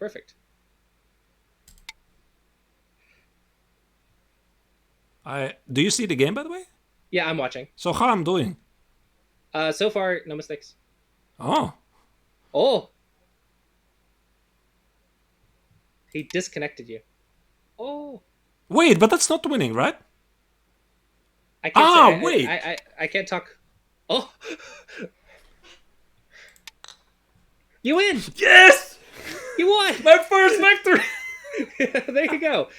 So all you have to do now, just click the resign button because it doesn't really matter. But you won. Yeah, there you go. Hooray! So one of you guys can just click the resign button. It should be there. You go. All right, so I'll go ahead and review this game and let's talk about it. Okay. Let's talk about it. All right, so black play here. So we know the center is the best move, but I mean maybe he wants to trick you. Who knows, right? And then he expands. And now he has 1, 2, 3, 4, 5, and you have like 1, 2, 3. But what do? You trap him against the edge. And so he actually tried to use a really cool tactic called cutting. What does cutting do? Well, if white wanted to connect, it would be here, right? That way you connect, share liberty, or lifelines. Okay. So he prevented you from connecting. So it's a cut. However... okay. So a cut means to prevent connection. It disconnects, okay? So it prevents the connection. But on this one, how many lifelines does he have? Oh, you mean the piece he just positioned on C4? Uh-huh. Only 2. Exactly. And how do you attack something? Or where's the best place to push him to? I don't know, D4 or C5? What's the difference? I don't understand it. Remember the edge?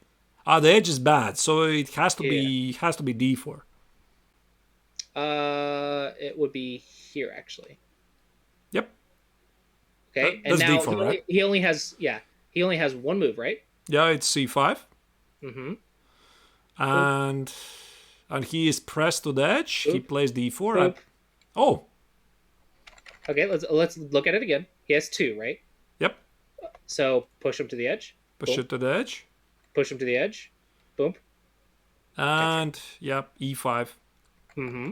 This is a idea that having 2 lifelines, especially on the second line from the edge, is super dangerous. So having only 2 lifelines or liberties very close to the edge is very dangerous because you just get pushed to the edge. Boom, boom, boom, boom, boom. So normally this idea applies also on the big boards, right? So there's it's your distance from the edge of the board matters. Uh-huh. So the first line, it's bad lifelines. Second line, it's a little dangerous. Third line's more okay. But we'll talk more about that about territory because there are times you do go on the second line. But for now, what's important is, do you understand lifelines? Yep. So here, this is actually dangerous because you now gave him an option No, to go here. I just played a3 because I thought I surrounded him. I didn't understand he has the B. Right. So you're trying to surround A, but which one's weaker, A or B? Yeah, I didn't think about it. Mm-hmm. Yeah, so B and is actually, in this position, you have to really be careful because A, B, C, and D is what you have to take into account because you have to balance defense and offense, right? Okay. So C and D are both just as weak as B, but C and B are probably the weakest. So in this case, you can save C by attacking B, or you could extend or something to help C. But so you went here. So this one, we can do the same thing. Boom, boom, boom. Okay. and I play a5. I'm still alive, So right? A5 is actually an illegal move. So this is a good time to introduce suicide is not allowed. So in other words, if you play A5, you'll have 0 lifelines. Why is an that? illegal move because you can't capture yourself. If you play A5, I can't do it. Wait, I'm capturing myself. I'm capturing the a4. Yep. Oh, I didn't know that. Yeah, so you're not allowed to do that. So let's assume you play something else and boom, Okay. you capture it. So he trapped you against the edge. But he played here. Do you think this is a good cut? No, because I now play 5 and that's it. I capture him. Right. We call this a self Atari. He put himself into Atari, which means he put himself down to 1 lifeline. 1 liberty. Okay. And you captured and you won. So it's until the first capture. That is on the small board, right? What happens? What happens when I'm playing on the big board? So all right, now it's time to let's do the real thing. All right, so let me give you the review again. So we'll go back into the review. So there's the demo. Yeah, just go back into the demo that I had. How do I do that? I sent you a link again. Okay. All right, here. All right, so remember, the actual game is about surrounding territory, okay, surrounding area. So let's actually throw an example on the board. Boom, boom, boom, boom. Okay, boom, boom, boom, boom, boom, boom. And then boom, boom, boom, boom, boom, boom, boom, boom. All right, let's look at how much black is surrounding. So in the corner, black has 1, 2, 3, 4 points surrounded. So he has 4 points of territory. Okay? Okay. On the edge, 4. In the center, 4. What's the difference? I don't know. It's 4, right? 1, 2, 3, 4 to get 4 points. Wait a second. You have spent less pieces to trap my 4. Exactly. So you're naturally interested to have what's happening in the upper right corner because it allows you to save time. Correct. It's less moves because you're working with the edges of the board to surround territory. Okay. So we know that working with the edges, or in other words, the open corners, is more interesting, or is the most interesting. The second most interesting is the side, and the least interesting is the center. Okay. So the way we think about it is, okay, now I know the area of the board, but now how do I find the exact move? So let's look at this one. So this one, let's just ignore the fact that it has 3 liberties for a second, and just how much is it surrounding on the How, edge? how much it's what? Surrounding what? How much territory is it surrounding on the edge? Not much. I mean, it's 0. yeah. Yep, it's surrounding nothing. There's nothing under it, right? So we can consider this the deadline, because not only do we have 0 points of territory, we also have bad liberties. Okay, so let's move up a line. The second line. Second line is a little bit better. It has 4 liberties, but it only gets like 1 point at a time. So we consider that the losing line because it's just slow. Third line is actually where the territory happens. This is known as the line of safety and territory. So that's your center. This little X I see there. That's the center. I don't see an X. I just see artificial X. Like there's on C3, E5, G7, G3, E5. Oh, the little dots. Yeah, the little dots. That's like okay. So the dots are actually have nothing to do with the rules of the game. It's to help you understand what line you're on. So Go players use the dots just for their eyes to see like how far away from the edge they are and like where they're at on the board. So it's more of just a quick mental assist, but it actually has nothing to do with the game technically. So I don't want to obviously place anything after those dots, right? So that's like the last line. The last line. I don't want to do anything after that.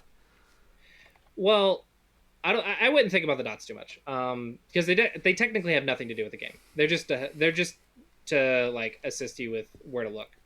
But the idea that I want you to get here is third line from the edge is a good line for surrounding territory. Fourth line from the edge is also a good line, but it's more for development than it is for security and territory. So it's like to develop a position. And then fifth line is too high because I can just place it under you at the third line. So an ideal position would be a third line and a third line. Third line goes up to the fourth line. Okay, so you have a third line going up to the fourth line and then back down to the third line to close it. And now you have control of this position. It's not finished yet, but you have control of it and it looks like a nice position. Does that kind of make sense? Okay. Okay. Well, I mean, the idea is what does territory look like? And it looks something like this. Yeah, okay? So ideally I want to trap everything that is gonna be in that territory. Okay. Okay, so the ideal positions to start would be one of these 4 points in any of the corners. The reason for that is because if you just look at the square, that's the third line from the right side and third line from the bottom side. So it's called the 3-3 point. Okay, this is the 3-4, this is the other 3-4, and this is the 4-4. So all of them are working with a third and fourth line with the edges. So a game might look something like this. Like both players are starting the open corners, then you expand along the side, you expand along the side, expand along the side, and then now the open corners, open sides are done, and now you start going into the next stage of the game where you start pushing each other around. So like I want to say, oh, he's getting too much, I want to push him down. So I might say, I'm going to go push your border. How do I know where the border is? Well, there's a line right there. Okay, and I want to push that line down. So what if I go like right here? If he ignores, let's say he did something else, then I'm going to push in. If he ignores, then I push in. If he ignores, I just keep taking it all away. So he needs to what we call block. Okay. And this is like a conversation like you're having. So you're pushing, you're blocking, and then maybe white plays something, and then you push, and white blocks. And it's just that sort of that's like the middle game combat basically, is you're pushing and blocking. That's what you want to learn from the small board. There's a lot more tactics beyond that, but right now I just want you to understand movement for making an area and then pushing and blocking borders. Okay, that is pretty much all the basics you need on this one, aside from one more thing, and that is how to deal with people going inside your area and dealing with what we talked about, the capture stuff. So for example, what if I just place a stone right here? Like, oh no, that was your area, but he placed a stone inside. Well, if we take into account the capture rule, push it to the edge, push it to the edge, push it to the edge, push it to the edge, and it's got nowhere to go. Just push it to the edge, push it to the edge, push it to the edge. And then everything goes. Yeah, and then eventually he'll run out of place to go, and you'll just get you'll capture it. Uh-huh. So when they go inside, this is what we call like attack and defense. This is called an invasion. We're invading the section of the board that your opponent controls. And this is one of the difficult things is life and death right here, and you have to understand like how to push to the edge and capture it. And then the last thing to look out for is these little cutting points on the second line. Remember, the second line is dangerous. Boop, boop, boop, boop, boop, boop. You'll learn that as well. So these little tactics will come with practice. But what I want you to understand is how to start, how to make, how to make an area, how to push and block, and then you can learn how to deal with these invasions with practice. Okay. So with that, do you have any questions before we just have you practice with someone? Yeah, the question is, I always thought I just started like connecting the pieces immediately. Can I just build like a brick wall? Okay, let's say you do that. Let's say I'm going for the open quarters. Let's say you build a brick wall, and then I go, you build a brick wall, and then I go, and then you build a brick wall, and then I block, you build a brick wall, and then I block, you build a brick wall. Who's getting more? Yeah, probably you. So Right. it makes So- sense to It makes it the Capture idea space. is you want to go for the efficient space first, and you want to surround space, and then you'll connect when you block. Because if you just move one at a time, it's just going to be too slow. So If I you need just to don't do understand properly how to start, how to take more space, and then I'm seeking ways how to connect. I'm not connecting immediately, I'm connecting afterwards. You don't really have to connect until you have to. Like you don't really connect until you have to, or until you're finishing the game. So what happens if I make a mistake? I lose a piece. Let's say, okay, I blundered something, I lose a piece. Is there even such a thing like a sacrifice? I'm sacrificing something? Oh yeah, for sure. Oh. Because pieces don't matter. The points matters. So, for example, you might sacrifice a piece to break into another area. Like sometimes we'll like sack a piece over here and force this stone to go around it, so that way we can go around it and get into this area. Like you know, there's all kinds of tactics that go. Like there's so many. But what I want you to start with is just how to make territory, how to push and block territory, and how to not die. Okay. Because if you can't move around the board, then no tactic will help. So it's just let's learn how to walk first, and then once you learn how to walk and stuff, then you can start learning more advanced tactics. So I would say if you wanna move or make a combination, so first you get stones in like the different areas of the board or whatever, Okay. and then you want to start learning how to have a relationship. How many moves it would take for you to recognize I'm a complete noob? Probably one or two.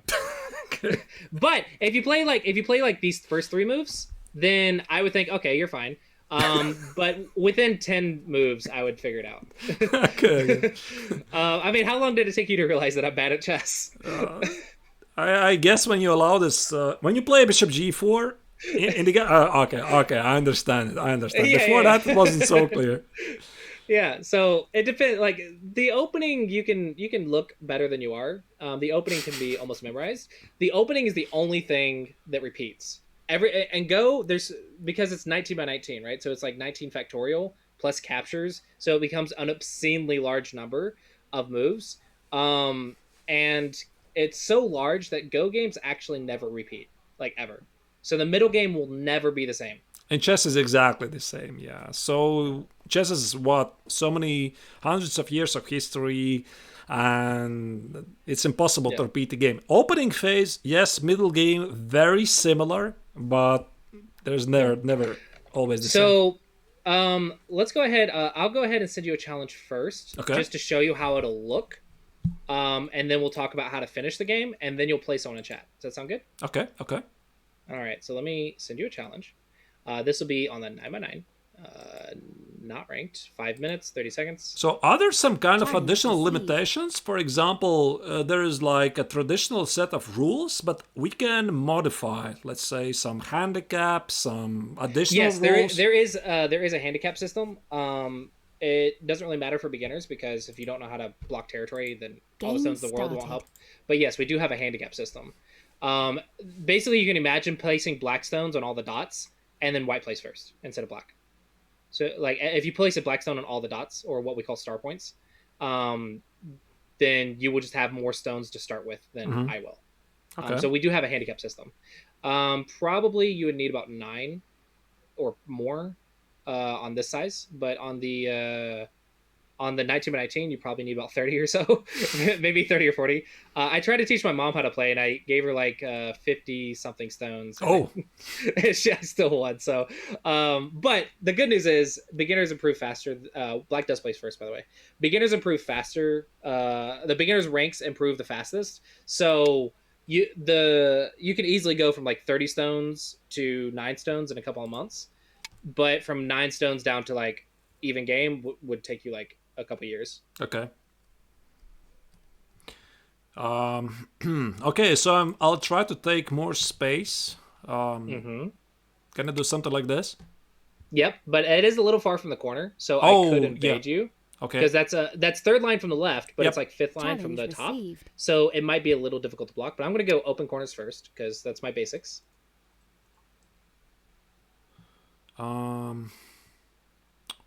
Okay, I'll try to, I don't know, try to take more space. So you're on my side though. So you see how far away you are from your stones, and how I'm playing on the bottom, but you were playing on the top. But I want to be on counterattack. I want to attack Okay. your G4. That's fine. I just want you to understand that you're not going for territory. You're taking territory at this point. Okay. You're not trying to make. You're taking. So I'm going to block the right side.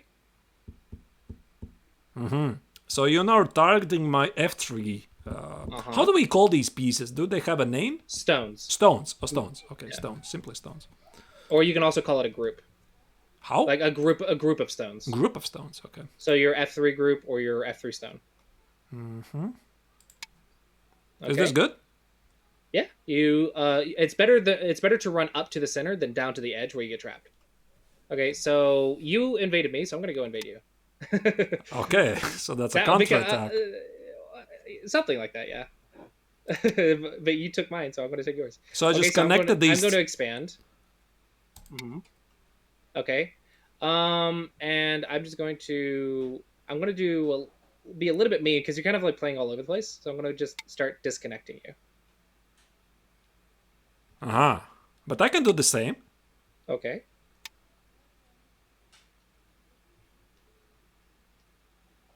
Okay, I'll try to connect. Then I maybe sacrifice E7.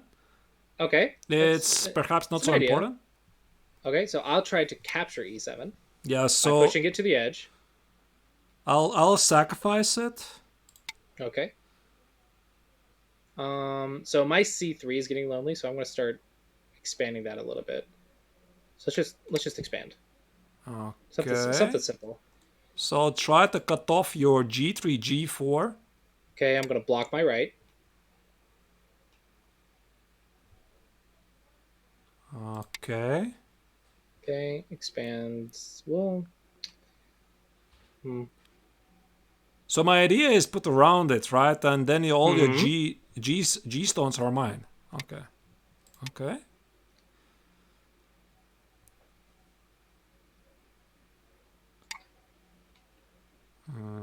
So positioning J5, that's not such a good idea, right?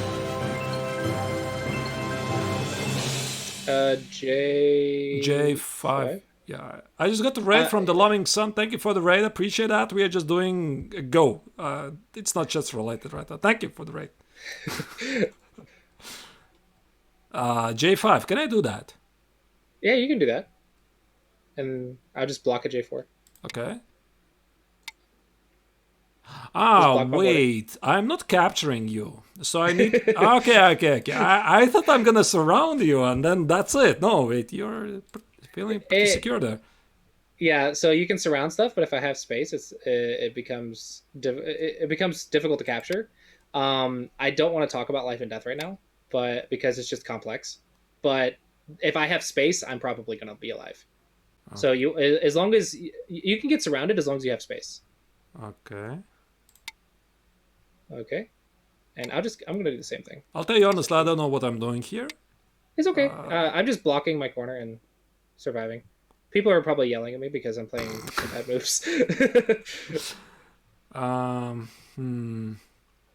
So F1, that's a bad move, right? Because that's the corner. I might lose it. Well, no, because your F1 is connected to F2, which is connected to F3, which is connected to F4. Oh, I see. Yep. I see. Okay, I'm going to just block. Mm, mhm. So what Um, ultimately happens? I mean, we fill the entire board. So then what? so you're trying to push and block borders, right? So the game is finished when both players pass, but you don't pass until there's nowhere else to make or take points. Oh, So, and like then for there, example, then you calculate the points. hmm Uh-huh. and there's two ways to count, which I'll explain. But first, I want to show you how to finish the game. Okay. So I'm going to let's just push the border. Okay. Push the border. Push the border. Now, do you see how the top right's done? We can't push each other anymore. Right. Okay, so I'm just gonna push.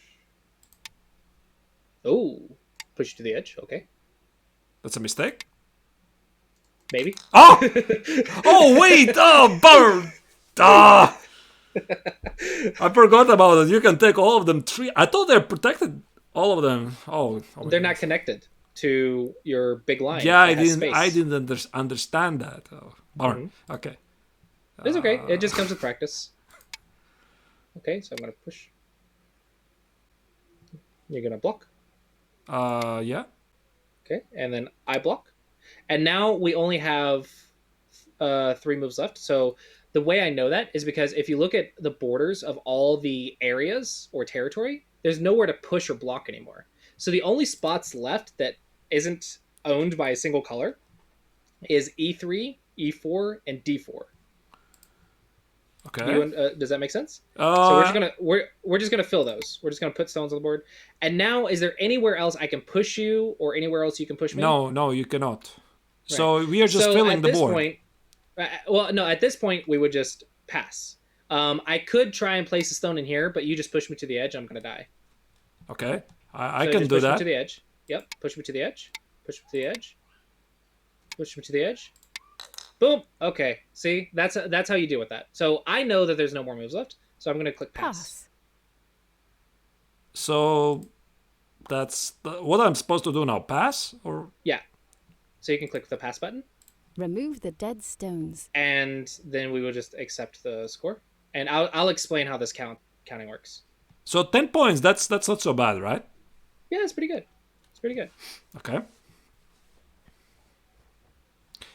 Okay. Now what do I have to do? Click the accept remove stones. Accept. Okay. White wins. All right, and now I'm going to click review, Review and I'm started. going to explain how the counting works. Okay. Okay, so do you understand pushing and blocking borders? Yep. All right. So the way the counting works is we count up all the area. So like white has 1, 2, 3, 4, 5, 6, 7, 8, 9 in the top left, 10, 11, 12, 13, 14, 15, 16, 17, 18, 19. And you Okay. count all of the stones as well. There's two ways to count.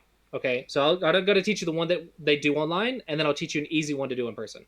Okay, so the one they do online is they count all of this, and do you see in the top right how it says three captures, three captures? Do you remember how you captured me on the in your area on the top right? Okay. You captured three stones.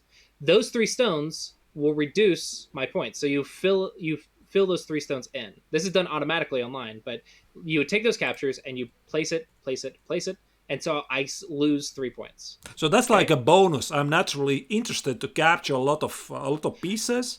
It's very nice. So basically, dying is bad because you lose points, but making territory is obviously going to be worth more. But dying is not good. Like Okay. if a group is killable, then you should try to kill it because it can be worth a lot. So in this case, I put the squares for yours, and then I have three captures, so I take away three squares, and so you would have five. But it said 10. So let's see, 5, 6, 7, 8, 9, 10, 11. I don't know what it was counting. Oh yeah, that the maybe the Comey or something.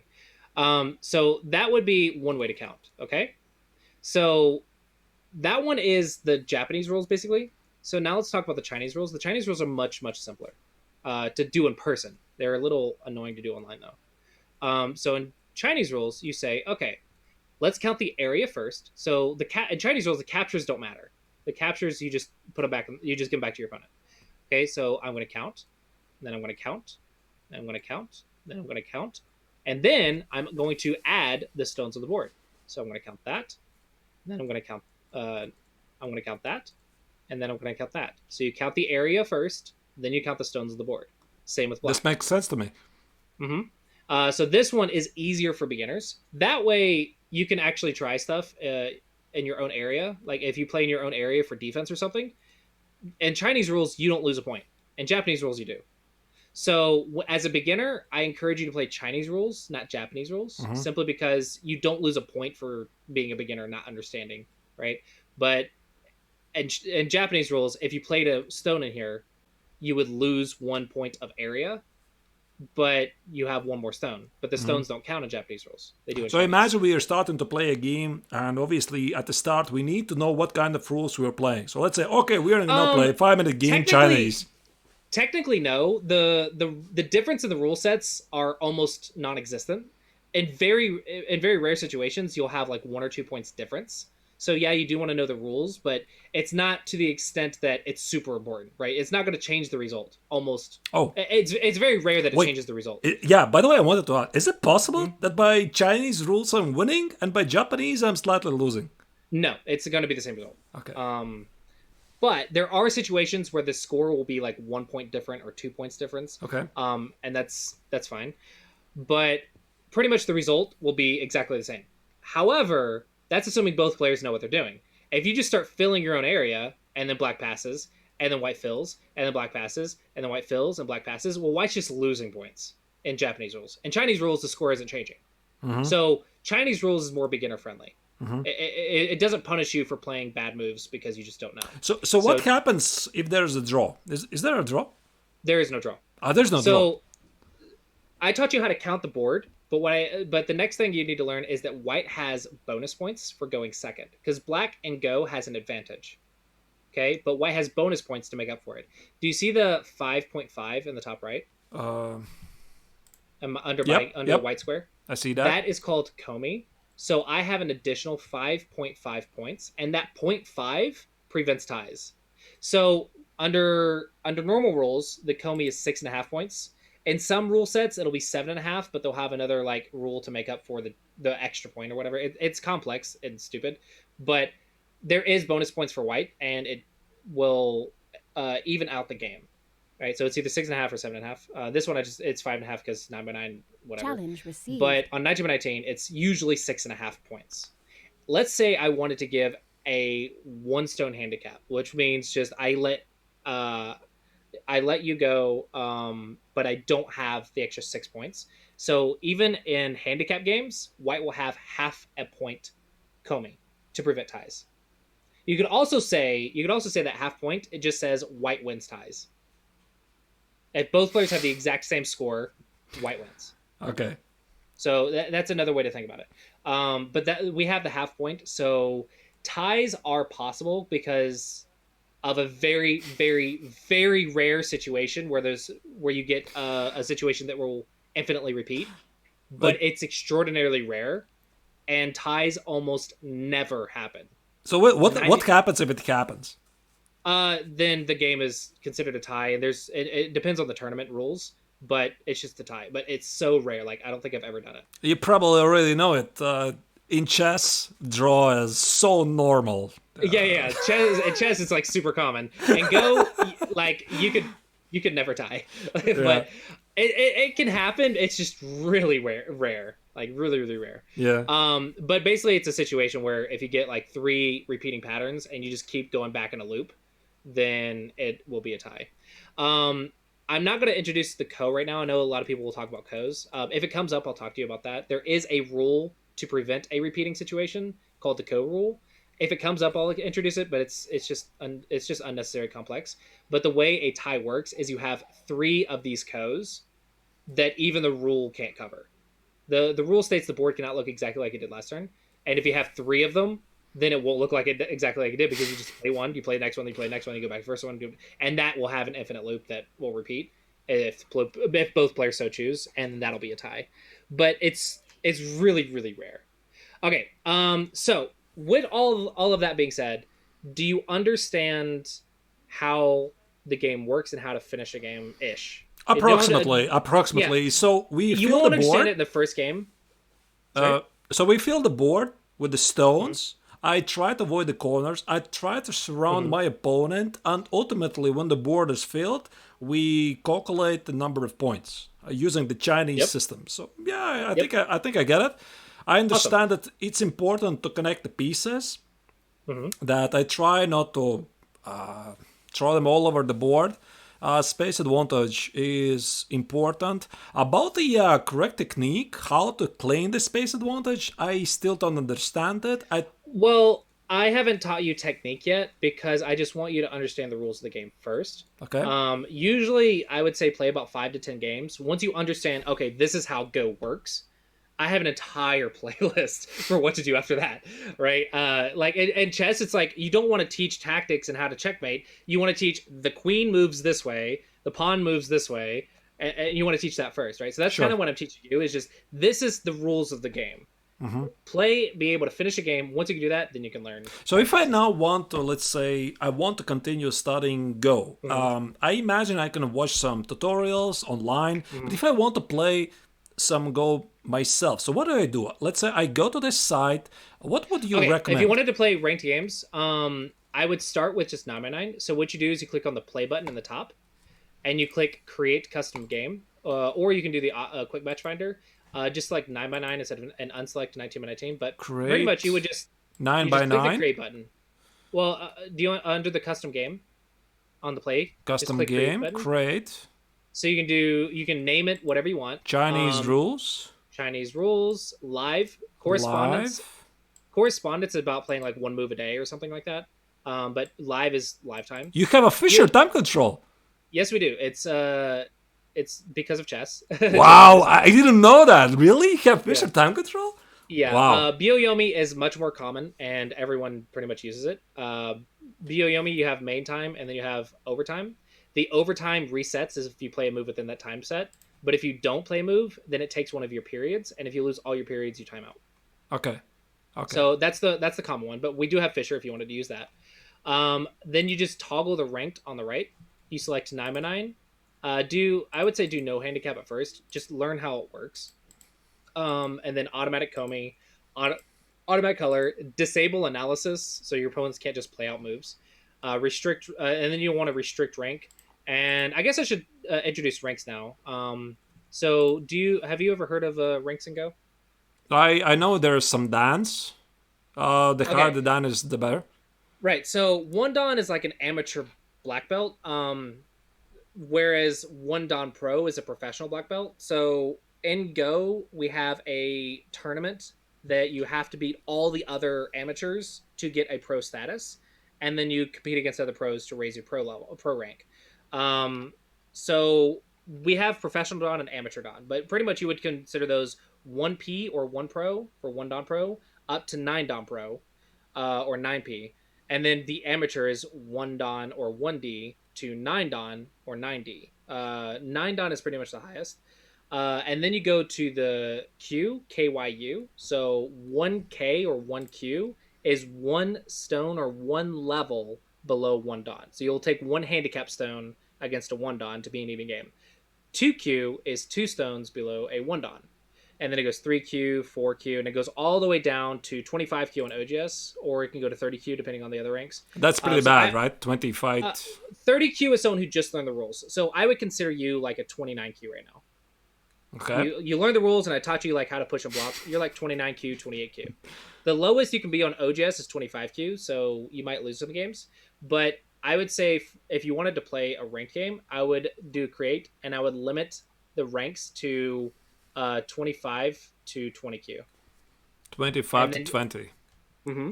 And then I always tell my students, I'm like, play 100 9x9, then move it to 13 by 13, play 100 of those, and then move it to 19 by 19, and learn that. And I have a playlist for how to play in the 19 by 19 as well. But I have the maximum is 15. I cannot get it higher. I just the minimum ranking 50Q, and that's it. I cannot select it to be lower. Because it probably doesn't know what rank you are, and it's like, okay, so I have some sort of a provisional rating, right? Yeah. So you'll just have to lose some games to do that, or you can talk to someone. So the way you really want to do it and Go is first lose 100 games. Like you're like everyone has more experience than you at the moment, so just go get some experience, like lose some games, and then get some game reviews. Like have people like review your games. You can ask in chat. You can ask in our Discord. I also do game reviews 3 days a week. And then you just get game reviews, and then you go practice. You get it reviewed. You go practice. You get it reviewed. You repeat that process until you understand, and then you'll start ranking up. Wait, but we are reviewing with the opponent, right? Or it's some automatic review? I started the reviews. So the review is not technically automatic. I've been starting them for you and then reviewing it for you. So you can review with your opponent. I mean, that's a great way to learn. Great way to make friends and stuff too. But you could also like ask people, and OGS is really cool because all you have to do for the review is just, or your game is just copy paste the URL. Every URL for a game is unique. Mm-hmm. So as long as you copy the URL and then just post it in like forum or chat or Discord or something, say, hey, can someone help me look at this? They'll click on it and they might start a review, and they might leave comments on your review, or they might go over it with you live or whatever. And there's many ways you can like get help, but the first thing you have to do is like, of course, practice. Is there some kind of AI review? Let's say AI is saying I need to do this. Yes, but that's imagine like an 800 player. And then you just told him this move's correct, this move's wrong, but he doesn't know why. Yeah, I understand it. Yeah. Like imagine you looking at an 800 game, he said this move's wrong, this move's correct for every single move. That's our AI. It says this is wrong, this is correct.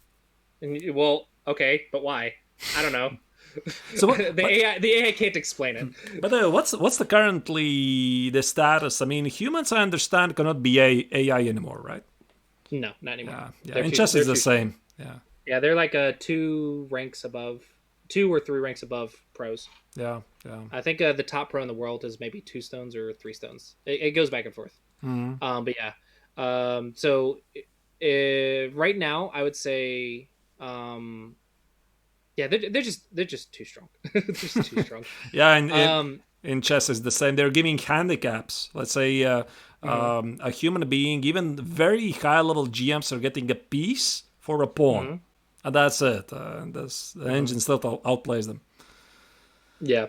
You could consider handicap like 1 pawn difference or whatever. So like a three ranks difference would be maybe 3 pawns or something. I don't know how handicap works in chess, but in Go, our ranks are built around the handicap system kind of to try to figure out what it would take to make these 2 players play an even game. So to give them both a chance to win. And that's how I have a cool handicap system like that.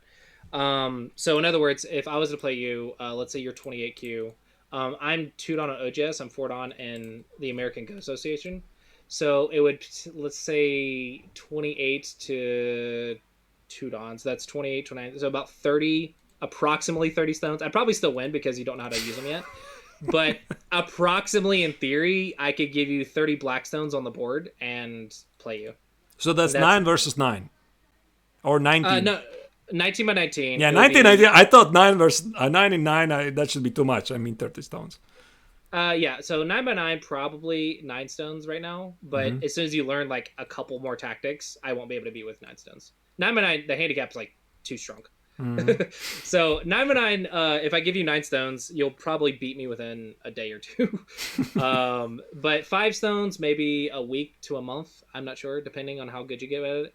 And how much you practice. But on 19 by 19, it's going to take a while. Yeah, I imagine. Because that's the official size, and there's more space, and more things can go wrong. But yeah, so do you want to try playing against someone in chat? Yeah, maybe one game against somebody.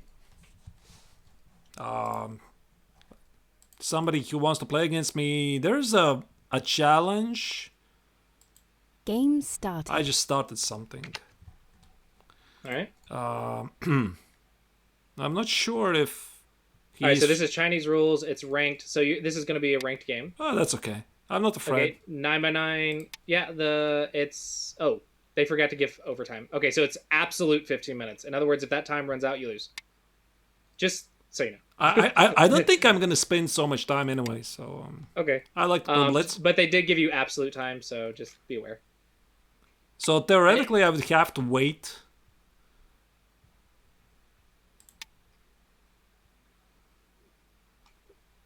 So how I'm doing right now? You started good. I don't know why you're playing in the center instead of the open corners. I don't know. Remember, the center is the hardest place to make territory. Ah, okay.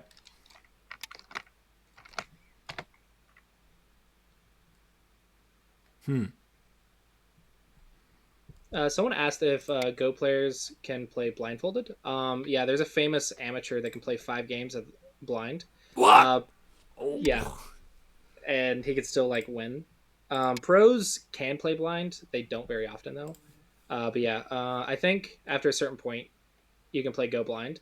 It's a lot easier to do in chess though. I blind can Go, imagine. I blind can goes, imagine. yeah, blind Go is very possible, but it's so much easier in chess. Like I can play about 100. My record for playing with my friends was about 137 moves blind before I lost track. But So it's yeah, you 19 by 19? yeah, on 19 by 19, I can play about 137 moves blind Oh, dear. before I lose track. So I assume in chess it's like a lot easier. Yeah, in chess it is. Because, for example, when we play online, like on chess.com, Mhm. um, there's this opportunity to see the board, the actual board. So maybe playing online in Go is similar, but we see the board, we see the notation, so it's still possible to follow what was happening. Yeah, I'm white. I'm white.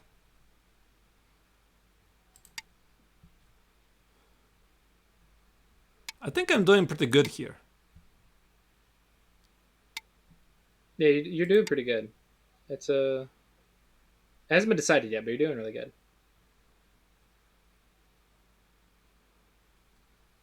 So he has one capture, that's Chinese rules, so it's not a penalty for me. Nope, it's just you have one less stone on the board, so it's still -1, but Okay, maybe that wasn't a good move, what I did. probably not. So it looks like you're struggling with blocking this bottom side. Is probably the only issues you're having. Everything else is looking pretty good, but this bottom side is Oh, you're wait, struggling. I didn't lost it. No, wait, I did. Okay, let me fix it. No, wait, I didn't lose it. So here's G3, whatever, G3 something. G3, H3, J3 is gonna be lost, most likely, right? Or maybe not. Not quite. You didn't have enough space. This goes into life and death, which is too complex for now. But basically, what happened was you didn't have enough space, and he had you surrounded. Okay.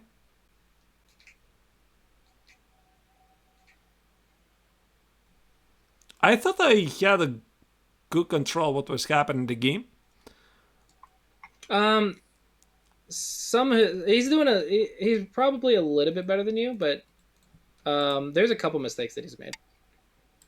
So yeah, black is now ahead. But it's okay. I mean, this is like your what, third game? Yeah.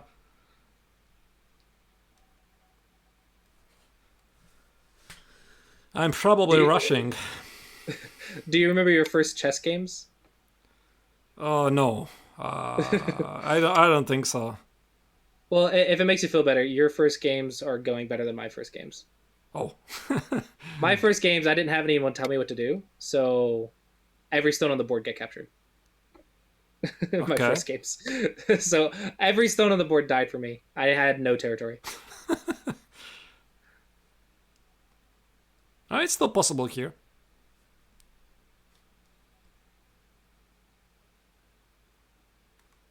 So I want to play J7. Oh, what was he doing there? I don't know. Let me disconnect it. Okay, it's a good idea. Yeah, otherwise, he could place it then on E6. Is there some kind of a mobile app? I imagine there is, right? I can play for Yeah, mobile app? there's GoQuest. There's Sumego Pro is popular. It's gives you Go problems to do, but it's a little above your level right now. But there's a problem app. There's GoQuest to play Go on a 9x9, 13x13. There's also Baduk Pop. Baduk is the Korean name for Go. It's basically like GoQuest, but it's made by Koreans. Uh-oh. Did I miss something? You're both missing stuff. It's okay. Oh, wait, I lost a fate, right? And G9. Not if he doesn't see it. He hasn't seen it thus far. See? Oh. So I just missed that, right? Mm-hmm.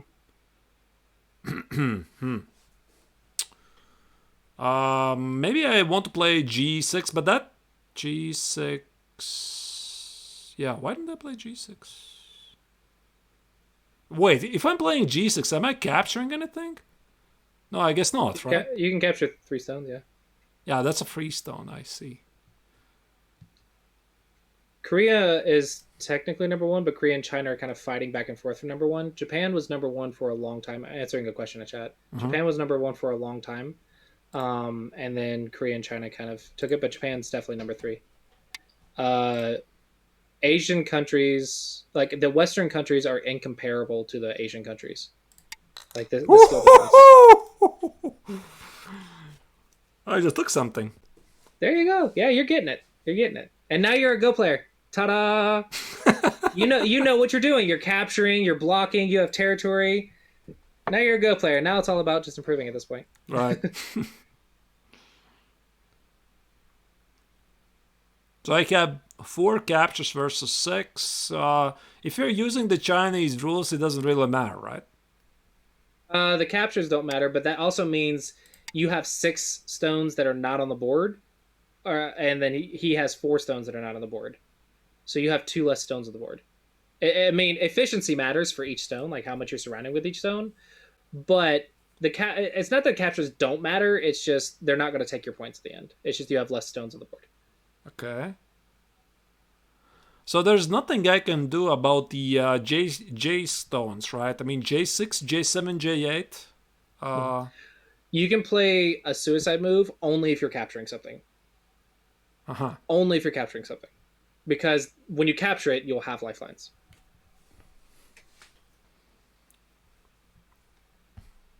I think I'm losing.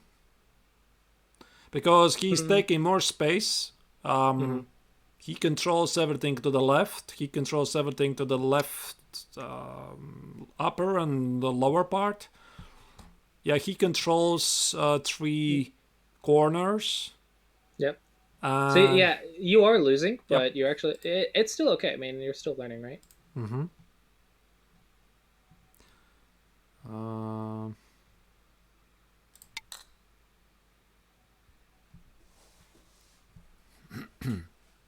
Oh, no, okay. If I play J9, that's a suicide, but I'm capturing, right?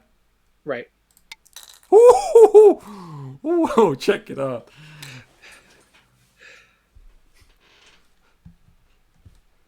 Yeah, it feels good. So he made a mistake. He should have played J9 himself to avoid this. No, J9 was an illegal move for him. He is... Okay, I see.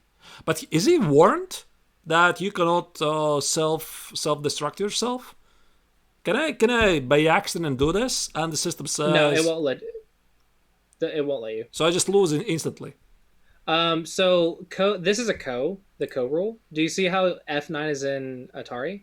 If you capture, and then he captures, and then you capture, and then he captures, it's an infinite loop. So the co rule states that you must change the board somewhere else before you can come back and capture. So that's the co rule. Okay. But the online tells you when you make an illegal move. It won't let you do it. So it's a nice feature. Yeah, I just got it. I just got the error. Yeah. I was trying to do something. Now I have 9 captures versus 7. Maybe I'm doing okay here. I don't know. So can you immediately evaluate how it's going? For example, you see the position. Oh, okay. So here white is winning. Is it something like that you can? If there's an obvious difference, yes. If it's really close, then I can count the score in my head and just know. So I'm able to tell if someone's winning or losing. But at a glance is usually it has to be at least 10 points difference to tell at a glance. So on this one, I can tell at a glance that you're losing, but it's not over yet. You still have some small chances. It's unlikely you'll win, but it's not over. But yeah, I can tell that black is winning at a glance. Yeah, I have a feeling because he's still controlling the three quarters of the. of the board. So basically what he needs to do is not to blunder anything, right? He is just blocking everything, blocking all of the corners, and that's it. So remember how I said open corners and then sides? He got the corners. Yeah, he got corners. Exactly. So the board changed, so you can actually take e9 now. Can I do what? So the board has changed, so the co doesn't apply, so you can still capture.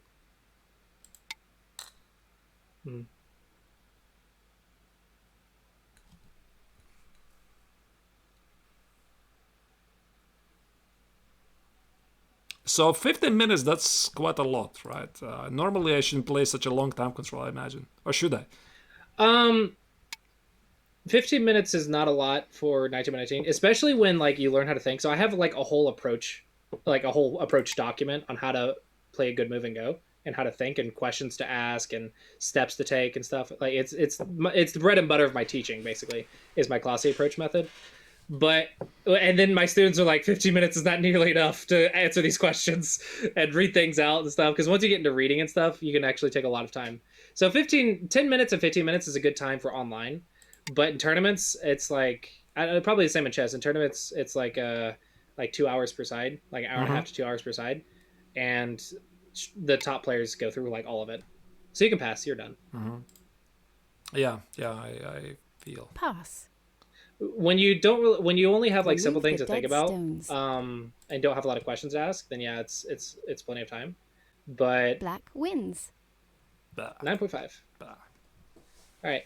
So the last thing I want to explain is there is a couple courtesies. So at the start of the game, you usually say "Have a good game," and at the end, you say "Thank you for the game." So you thank your opponent for taking the time to play you, or you can say "GG" or something. It's fine. So I've read in the chat GG. You could say "GG" or "Thanks for the game." But we do have that. We do have a lot of courtesies in Go, and that's one of them. Is just we greet our opponent and then thank our opponent afterwards. Unfortunately, I cannot do that because my account is not. Oh, okay, it's fine. It doesn't matter. Half the players don't do it, but I tell my students to do it because in person you're supposed to, and it derives from Asian culture about being polite and respectful. We have a lot of these things in Go, a lot of courtesies in Go. So I would be a bad teacher if I didn't tell you about the courtesies. Yeah, and just the same. We shake hands and yeah. Yeah. So yeah, that's Go. Do you have any final questions or thoughts? No. I mean, I definitely would like to test it at a free time when I have it. Yeah, thank you for the intro lesson. Yeah. At any time, if you'd like more advice, maybe we can collab again. Yep. I'll probably play some chess games in advance, and maybe we could trade game reviews or something. Yeah, that would be a lot of fun. That would be interesting. So yeah, for my chat, do you want to tell everyone who you are for the end before we close up? Right, I'm myself, chess grandmaster Artur Nekšans from Latvia, 4 times Latvian champion, professional chess player, chess coach of over 10 years experience. I'm also author of some commercial databases. I'm streaming chess for 1 year, and I'm just a professional chess player. So I'm very, very happy to take the first steps in Go. Awesome. Sounds interesting. All right, so a little bit about me. I'm a Go instructor. I'm a professional Go instructor. I am not a professional Go player. There's a big difference. I did not take the exam and pass it, but I do make a living teaching Go. So I've been teaching Go for about a year now, professionally, but I've been teaching Go unprofessionally for about 10 years. And I've been playing Go for maybe like 14. I lost count. So many years. And I stream Go. Right now I'm streaming 3 days a week. I stream my lessons and I also stream game reviews. I haven't been playing very much. I've been trying to do event organization and stuff like that and just help the Go community. And I'm interested in collaborating with chess players in the chess community and just making more friends and sharing like-minded views. I don't know.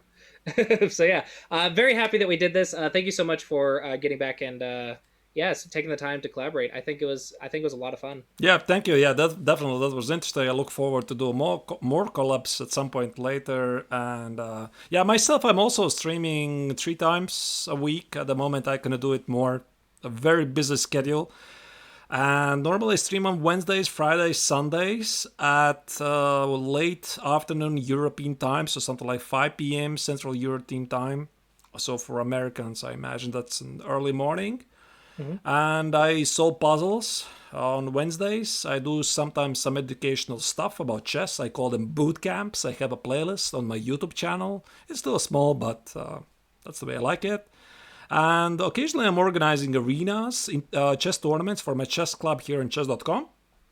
And I'm playing on chess.com. So if you want to see me in action, please come over here on Twitch. Just find my username and hope you'll like it. Yeah. All right. Awesome. So yeah, thank you so much for the collab. Yeah, thank you. And thanks everyone for watching, and hopefully everyone enjoyed, and I will see you guys when I see you. Yeah, thank you. Take care. Have a good one.